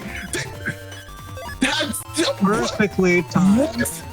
What? Perfectly timed. What? Did not let that go into the cuss screen. Perfectly timed it with the meteor knuckle. No. 600 damage. 3 knuckles on 6 panels. That's average. That's average luck. 3 panels. playerzero. That's insane. Almost 600 damage. Now Soup is on the back foot here. No. There's no way. The last frame. How did you know? No, you didn't know. I can't. You did not know that. You did not time his flashing. He knew. I don't want to believe. He knew. I knew it. I knew it too. But I would. Did you? But I knew it as well. But I was like, is he really going to be able to get this before Soup mashes into the cuss screen? I was like, this is like a 50-50. I can't believe you. I knew it was going to be done around that frame, but I didn't know that playerzero would really get it perfect. Like, frame perfect, get it. I thought for sure like he's just gonna get it into the cuss screen. That is wow. That's insane. That's not normal. Normal people don't do that. Oh my goodness, bro. Finishing of the Buster and having a wind rack in hand. Soup had life aura and didn't end up using it. Even if he used it, it would have bought him all of 1 extra second. So that is just playerzero is just a nasty person. Yo, I just want to shout out A for average with this Twitch comment. It's 6 seconds becomes really easy to count for me now. And it's like, on surface level, when we read this, it's like, yeah, I can count to 6. Like, but no, you know that's so have you played Majora's Mask? I have. Do you remember the Postman timing game where he asks you to count to 10 seconds precisely and then press A? Yeah. Yeah, that's what player zero just did. He got it on his first. He just got it. Precisely 10 seconds on the. I'm not saying last seconds, but I'm saying he just got that precise timing. What a load of crap! I hate you, player zero. I can't believe you. I can't. Notice how he's not saying anything in either of the chats right now. He's just letting it be ambiguous.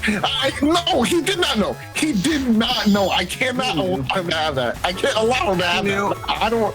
We're still stuck on it. It's been 2 turns. I'm still stuck on this, bro. He knew. I don't want to hear it, bro. I don't want to hear it. I hate player zero not just because he's incredibly lucky, but also because he's incredibly good. It's the fact that he's both of these things that makes him a menace, absolute demon, a menace to society, unacceptable. Yeah, that's player zero.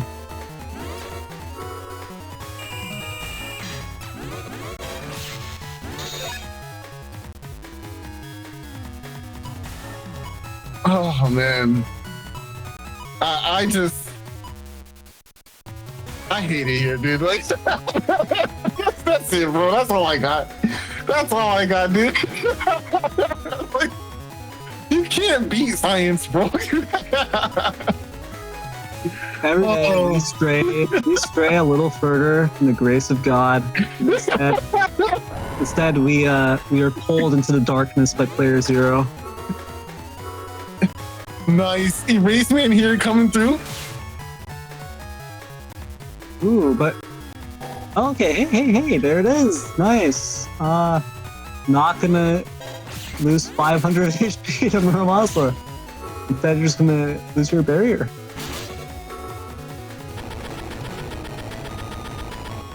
That awkward moment where you're not locked in with me. Oh yeah, this is definitely an awkward moment where Super has no defense and is in slash while player zero just pulled Meteor Knuckle. Okay, honestly, this is you gotta get out of slash, bro. Like, you can't be in this cross no more. It is not safe. Oh, the call out on. Oh, this is actually kind of hot. This is kind of hot. I like this. Duo Polydeuce, their first time chat is player zero slander is out of hand. What the dude vibe. And then all the slander just sounds like salt, to be honest. Well, guess what, buddy? Guess what? I can tell you've never played player zero. Dead giveaway, you've never played against player zero. You've never played against player zero. You know what? I don't want to hear that from you, buddy. You read my mind. I was gonna ignore it. Bro, listen. Only people who have not experienced it can say such things, bro. They can. Oh man, the guy he's clearly good. Like, leave him alone, bro. You do not know what it is like. Player zero. Player zero is a great player. No. There's no dual Polydeuce going like, oh, you know what? If player zero beat me, I could actually just respect the player being better than me. There are plenty of players better than each other, and the people accept that. Now, Zero is a very, very good player. He's a top player. Now, the reason why he is pretty much always winning Blood Moon or taking second in Blood Moon, when he's not winning Blood Moon, he's taking second in Blood Moon. The reason why he's always winning isn't just because he's good.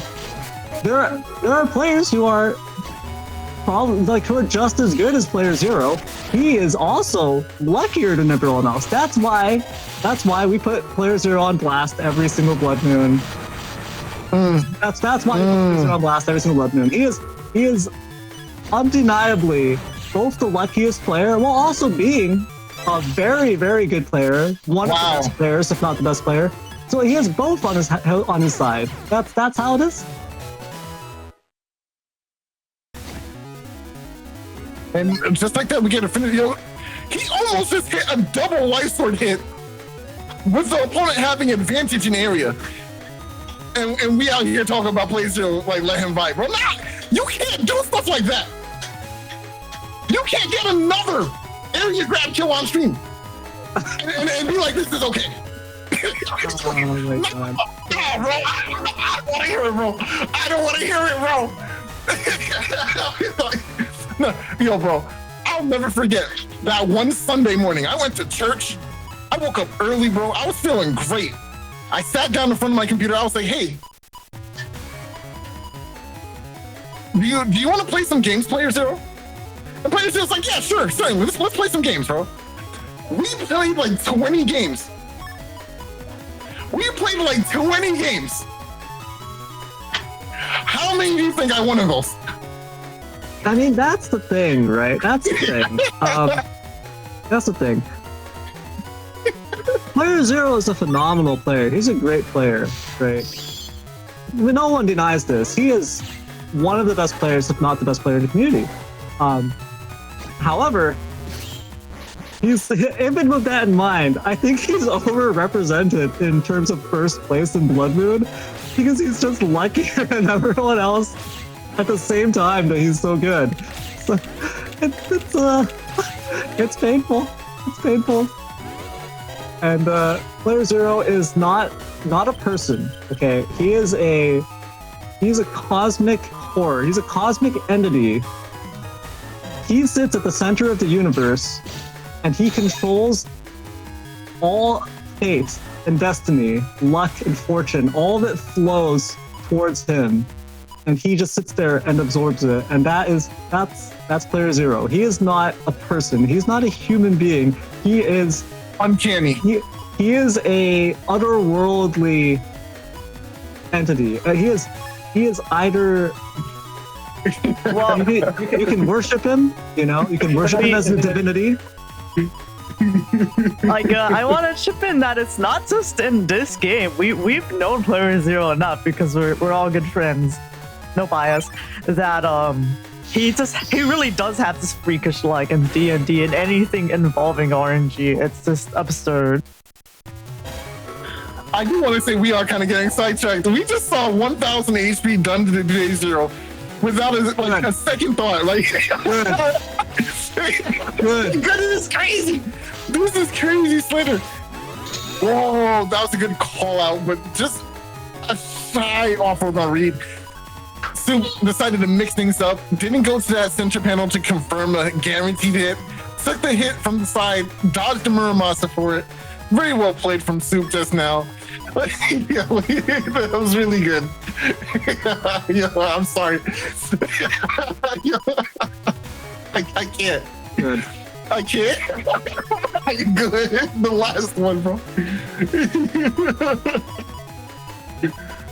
All right. Let's move on. We all know Player Zero. We don't have to rehash the same thing. We know Player Zero. Well, not even Player Zero can be safe from a slash lock every time.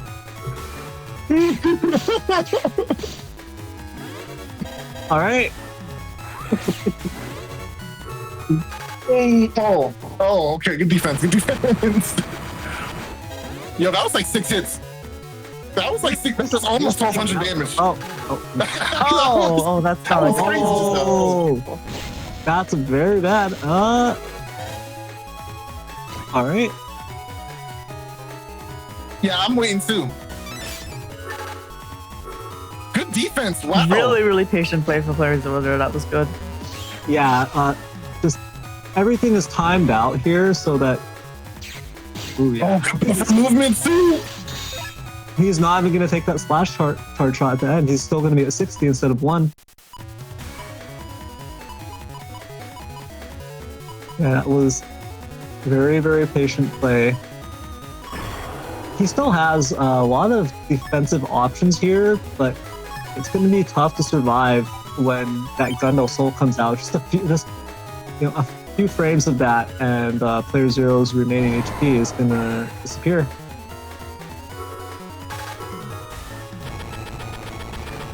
Yeah, I think this is a wrap up of the game 3. We're going to go right into the next round. Damn, that was instant. That was like literally instant delete. Oh yeah, for those who are just tuning in, right? this is a best of 5 match. This is not just a regular best of 3 because it's winter final. So we're in here for the long haul, unless, you know, we get the immediate game over from PlayerzEro here. Well, for people that haven't actually played in our Blood Moons and made it into a top cut, the top cut is not played throughout one day. It's actually played out throughout the week with participants organizing their own matches. Which means it's actually really, really grueling because it's an entire gauntlet like that. It's a marathon. And I think for playerzero, usually he actually ends up having to play his grand finals out because the time zone's late at night, past midnight. So I don't know if that's what happened here with that PFC on the Magnum.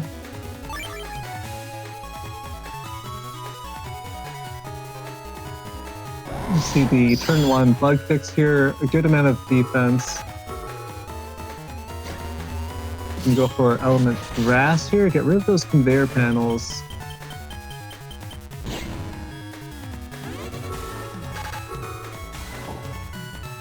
Sets up the element SP fire, but it gets blocked by the invis. Bug fix comes down here. Soup actually cannot hit down the center, so playerzero sure to take advantage of that.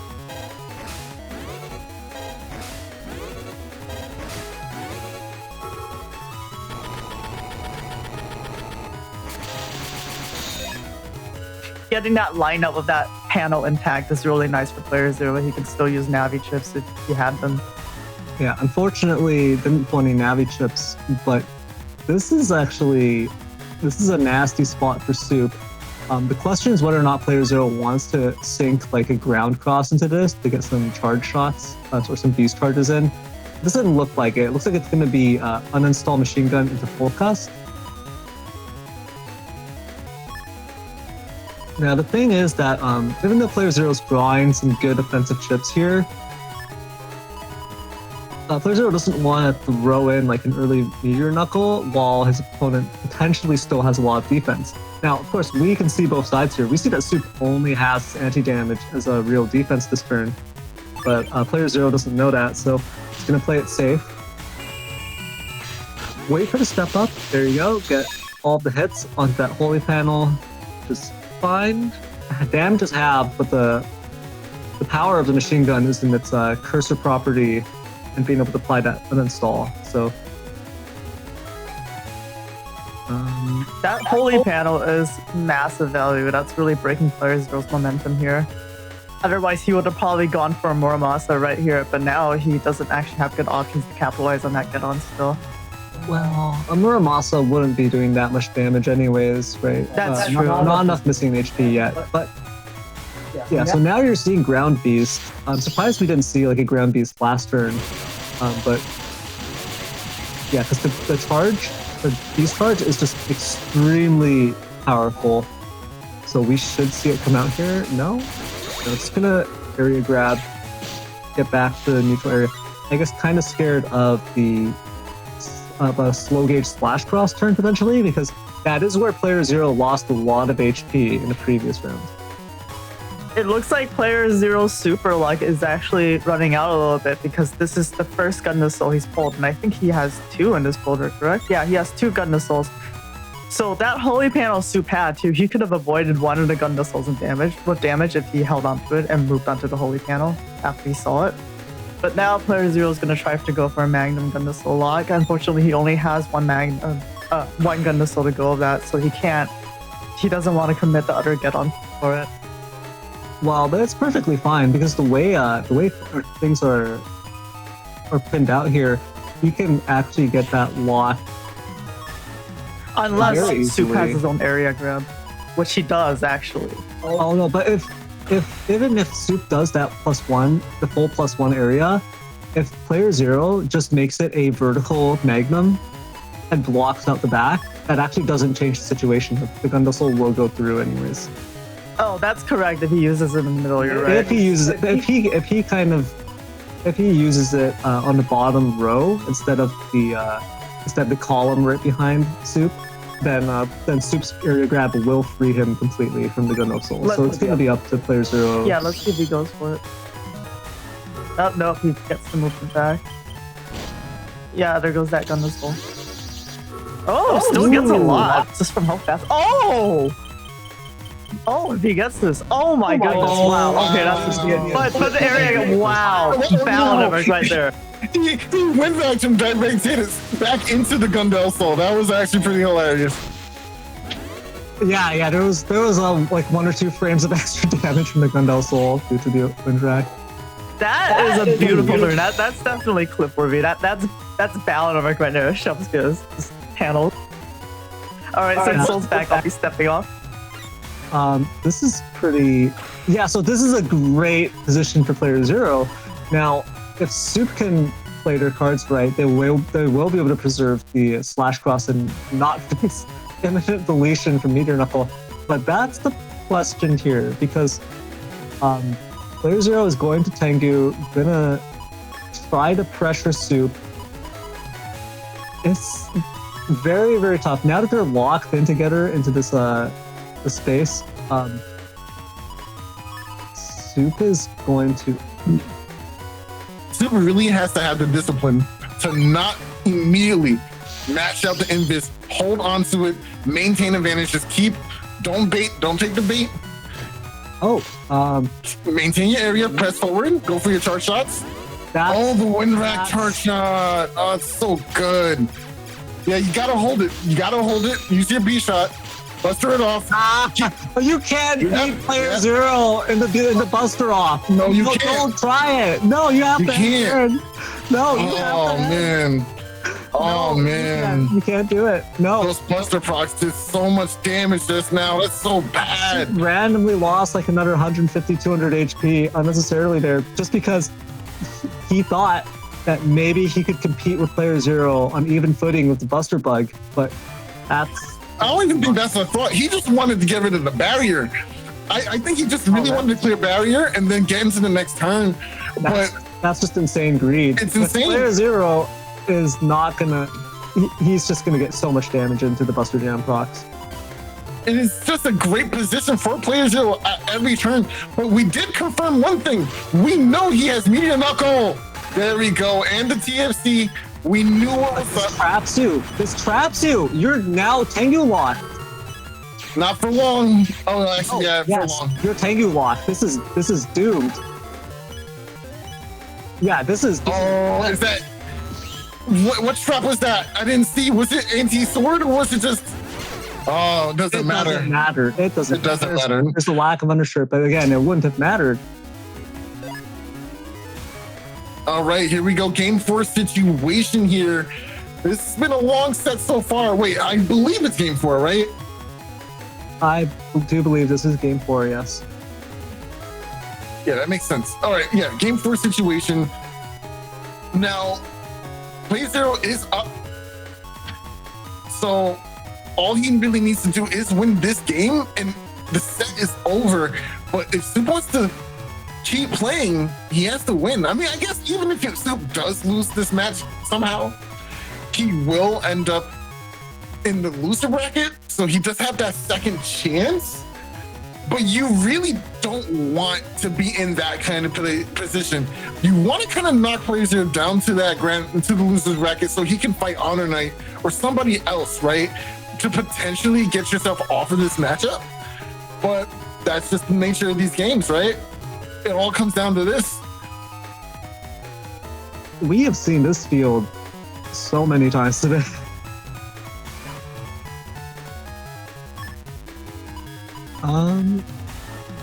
Mega Leon in Twitch chat says, I would do a tournament one day, but I'm scared to get destroyed and I'm not set up yet.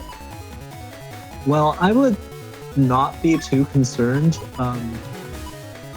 If you really want to get into the game, I just throw yourself into the new moons and you'll pick it up. People will help you.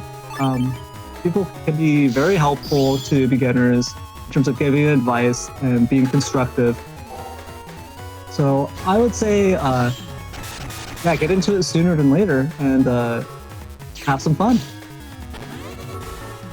But yeah, we see a potential slash block already occurring here. Although Soup is gonna... Oh yeah, that's bad. That's bad for player 0. When you get the double and the freeze, Ooh, yeah, this is actually not a bad trade for player zero. Managing to get a good amount of damage, knocking off some defense.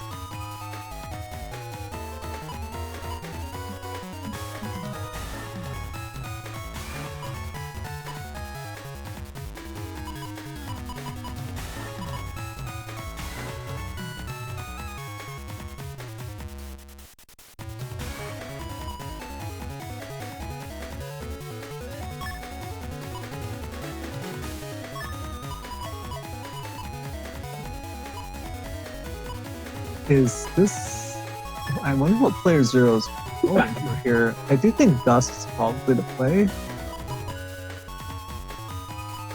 I think if you dust into the back B, if you dust into a cube, that's a lot of damage, especially against Slash Cross. Yeah, it's a long thought, you know, like I don't know. You kind of figure that Slash Cross is coming, so Dust is pretty safe, but I think you really... Is there... I feel like there isn't really a play here to be made with Spell. This is kind of like playing safe. Player zero is kind of like feeling out the situation and seeing if Soup is going to commit and stay in this Slash Cross. Try to push the Slash Cross advantage here.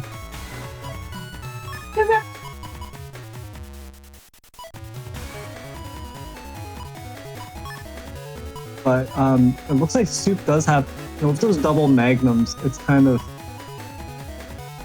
Soup is also just like, how many resources do I want to commit to this? To making sure that things don't go south for me. One magnum comes down. Nice, gets rid of the trap just before a full cuss can come out.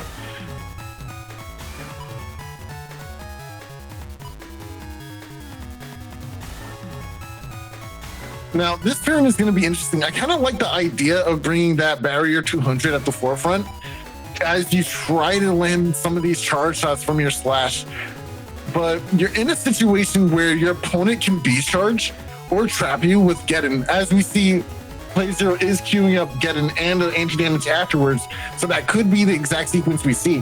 This is why we do see that Magnum coming into play here for Soup. It is the opportunity to try and get rid of this cross before it can do any big damage. Nice, the barrier will come up. Now, what Soup wants... Very good for Player Zero. Walked up, buster it off. Nice. Oh, what? No. Oh. Nice. Oh, crap. Okay, things did not go as planned for Player Zero. But this did go as planned for Soup here. This is a perfect position. Goes up for the anti-damage. Another Magnum coming down. It's going to go ahead and do some damage from Player Zero this time around, though. That was just... so Player Zero did not process that Soup could have had both Magnums in hand like that, right? He used one the previous turn and one on this turn, and didn't respect that. So the anti-damage order should have been swapped with the invis order, and that would have protected Dust. That would have let Player Zero really punish Soup this turn with a 400 damage cube to the face. But instead, Player Zero pays for the price of his hubris. Did not expect double magnums, and now those cubes are going to sit there unused, unloved, unwanted. I gotta say, I do like the change in cross here for Soup as well. You gotta know, I have no defenses in hand. I do have this recover, which is kind of nice, but it's not really what I want to go for right now. And since I don't have these things, I have to leave Slash because my opponent still has Meteor Knuckle, and I'm in this very awkward position where I could just get nerfed down with a ton of meteor hits. Element coming out here, gonna make some ice perhaps? No, just trying to get rid of that anti-damage. Nice. But now there throws the Meteor Knuckle. Oh, okay, not gonna fire it off just yet. Play Zero probably thinking that there might be defense in hand. Yeah, player zero actually overthinking that one. Probably should have used it just for the panel breaking, and then you could go into the Gundel Soul in the next turn. Whoa, player zero's hand spells Meg. It's just too bad he's not playing Eiko too. True, very true.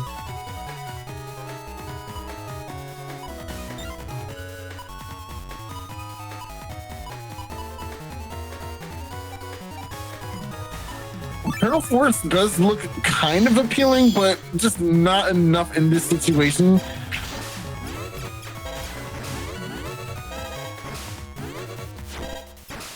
I like how this is a situation where both players are hanging on to their hand, but both players think the other person has defense to block. Because if you look at this, right? Element SP on Soup side and Meteor Knuckle on player zero side, and both players are like, if I use it, he's gonna counter and block my big offensive chip. But that's not true. Both players actually have a big offensive chip that they don't want to use first. That's actually hilarious.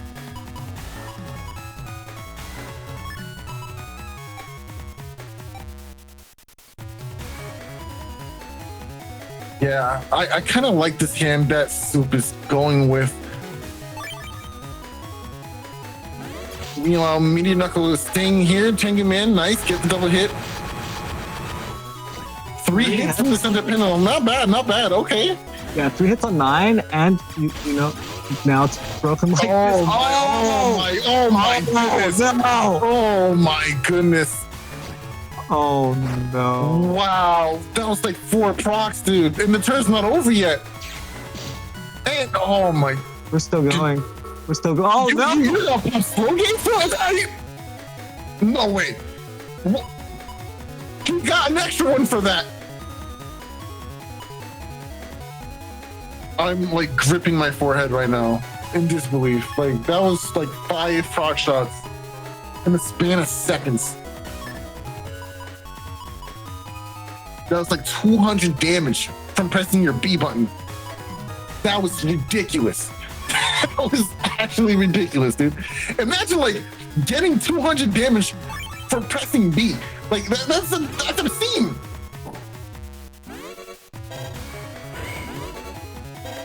Trying to pull him up, give him a little bit of a jump scare. Good charge shot. I love how people not familiar with player zero always jump in trying to defend him, and then like a few minutes later we're like, oh well, that's player zero casually doing 300 damage.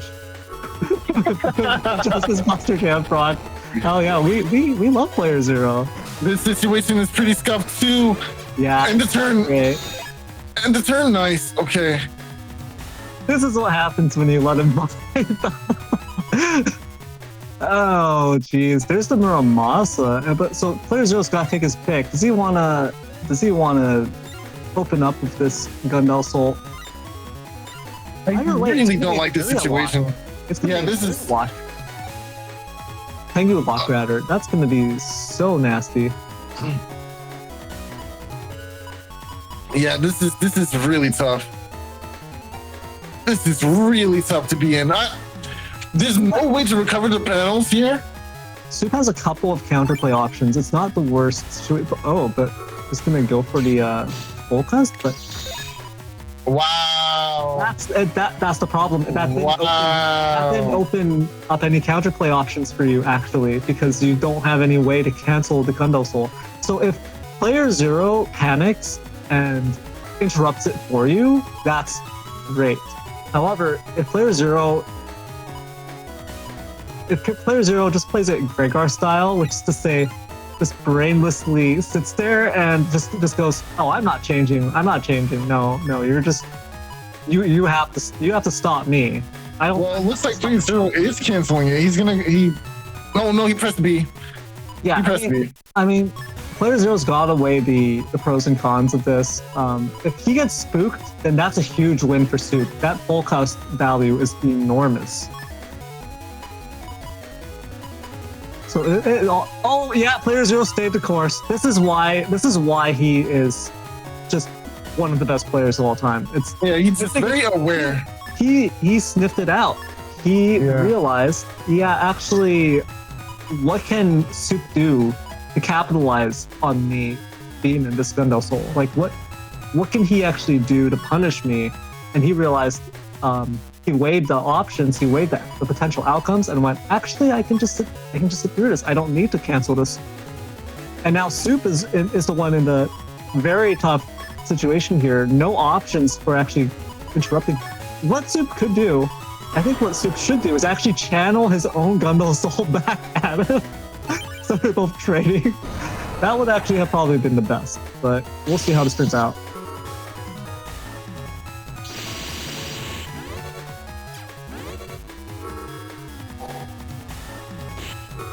Oh, well, at the bottom, and you're safe. Nice. Wow. Completely avoided it. Completely avoided it. Yeah, very well done.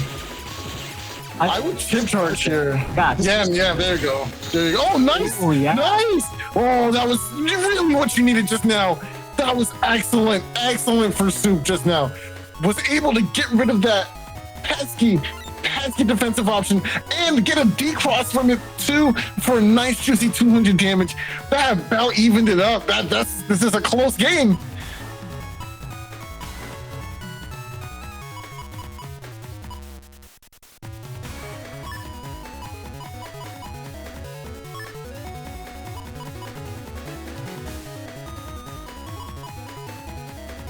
I don't know. This situation, both players down to about 400, 500 HP. It is rough.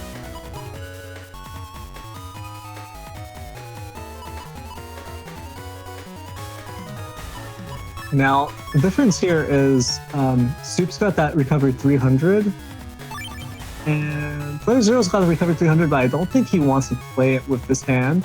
Like, it would not be a good turn for him. So it's gonna have to be getting some of these options out of the way. And Soup is in a bit of an awkward predicament, which is why we saw the change to erase. We can at least get some of these beast charges going for tons of damage. And you know what? Playzero's low enough that it could just be enough, you know? The only problem with it is it takes time, right, to charge up those erase beast tail arrows. So he has to be able to do all that. This is really rough positioning, but it's doable. It is still doable for Soup.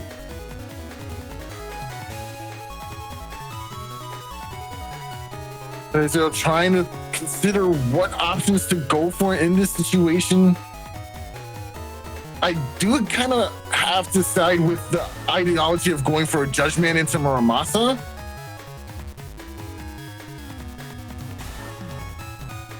Yeah, it makes more sense to go Judgment, Muramasa, maybe follow that up with something else. I mean, there's just no great option here, though, right? Because you can't reach with the Muramasa. Yes, but it does play into the dance match. Not if you lead with it. Okay, I guess. Oh. If you do lead with it. Yeah. Oh, very okay. Nice, very nice. Player Zero sniffed that out because of the Buster Jam proc, not triggering the trap. Just going, okay, that's anti-navi instantly, and now you have a good situation here. As long as Player Zero can get some more Buster Jam procs, not even Buster Jam proc, just hard shotting. And it's getting close now. Player Zero can now pop that recovery 300. But this is the problem. Is that going to save you? Is that going to give you what you need for these turns? And based on how much Soup is loading up, there's going to be enough beast charges that recovery 300 will not save Player Zero unless he dodges one of them. And so...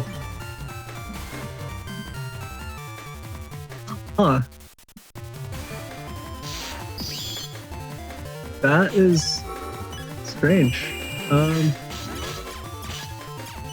All right, going for the beast charges here. Nice, that's really good damage. This could be it. Only 1 HP. Nice! And the game goes to Soup here. Nice! Wow, so Soup actually takes the best of 5 there and sends player 0 down to the losers bracket, also known as the win harder bracket. That's gonna be unfortunate. Wow. That's unfortunate for everyone else in the losers bracket. Now they have to deal with player 0. Or at least the person to make it through it is gonna have to deal with him. Well, there is a chance that Soup doesn't actually end up playing against player 0 again later on. It could be that HonorNite eliminates player 0 because you don't know. Like, HonorNite's one of the few players that have been able to best him consistently in bracket, right? Yeah. So the possibility's there. Possibility is there. Very much so. HonorNite versus player 0 is not a sure thing. That's a bit of a toss up. Well, HonorNite on a good day, catching player 0 on a bad day where he only gets bug fix in Life Aura turn 1 in like 1 or 2 of the games. That's a potential opening for HonorNite to come in and ride his way up to the grand finals. So we'll see what happens there. And that was a phenomenal set, great performance from Soup and player 0. Great performance from all the players. Y'all all played your hearts out. Really good place. Okay, with that, let's go back into the bracket before we end the stream. Oh, it looks like I forgot to go back to it for the winners finals, actually. So yeah, that was the winners semifinals, and we just saw this, which is the winners finals play out. So Soup is right now vibing in the grand finals, waiting for the losers bracket to play out, which will start like this. So there will be Zerobillion versus Symes, and the winner of that will be playing HonorNite. The winner of Not Third Persons versus AndMySax will be playing against Thiago. Also, interestingly, in one of the previous tournaments that Not Third Person reached top cut on, he was in the exact same spot. So he had the exact same seating, and he got knocked into brackets and at the losers bracket in the exact same spot. Same with Thiago. And that makes it easy for me doing the graphics as well, because player 0 tends to win all the way to the grand finals. Or in this case, surprisingly, he waiting in the losers finals. So yes, player 0 is waiting for the losers bracket to playing out who manages to survive that entire time, and then seeing if he gets a chance at the grand finals again. And with that, I want to go into the credits. We are in the credits. I want to give a shout out to everyone for participating. All of our donators, which I'm gonna bundle up next week for our final stream for this tournament. And it looks like I forgot to update the graphic there. That's the one thing I forgot to do. I'm fine. I'm okay. It's okay. I'm okay. Okay. And China TV, I believe, was our primary scorekeeper, but we had quite a few others this time around too. So I'm gonna have to update that for our YouTube video. Thank you so much to our commentators for casting almost 4 hours today. Thank you, Soul and Neryth. You're welcome. And again, thank you. Again, thank you to all the viewers. We started 1 hour earlier today, so thank you so much for catching us anyways. So with that, any final things you want to say? Soul or Mr. Neryth? We love player 0. I'm convinced that player 0 got knocked down into losers just so he could crush one more person's dreams. I'm convinced this is all part of the lawn game for him. He wanted to maximize the number of people he put through the ringer. That's just what I think. I could be wrong. But anyways, yeah, Soup and player 0, we've seen them so many times. Smashing into each other. Comparing to turn 1 draws. Yeah, it's like they're like opening their trading card game booster packs, and then they have like 5 holographics in their booster packs, and they're just comparing which one's got the better ones. And then meanwhile, everyone else has like junk in the back. God, I hate them. Okay, anyways, thank you so much for watching, everyone. Bye.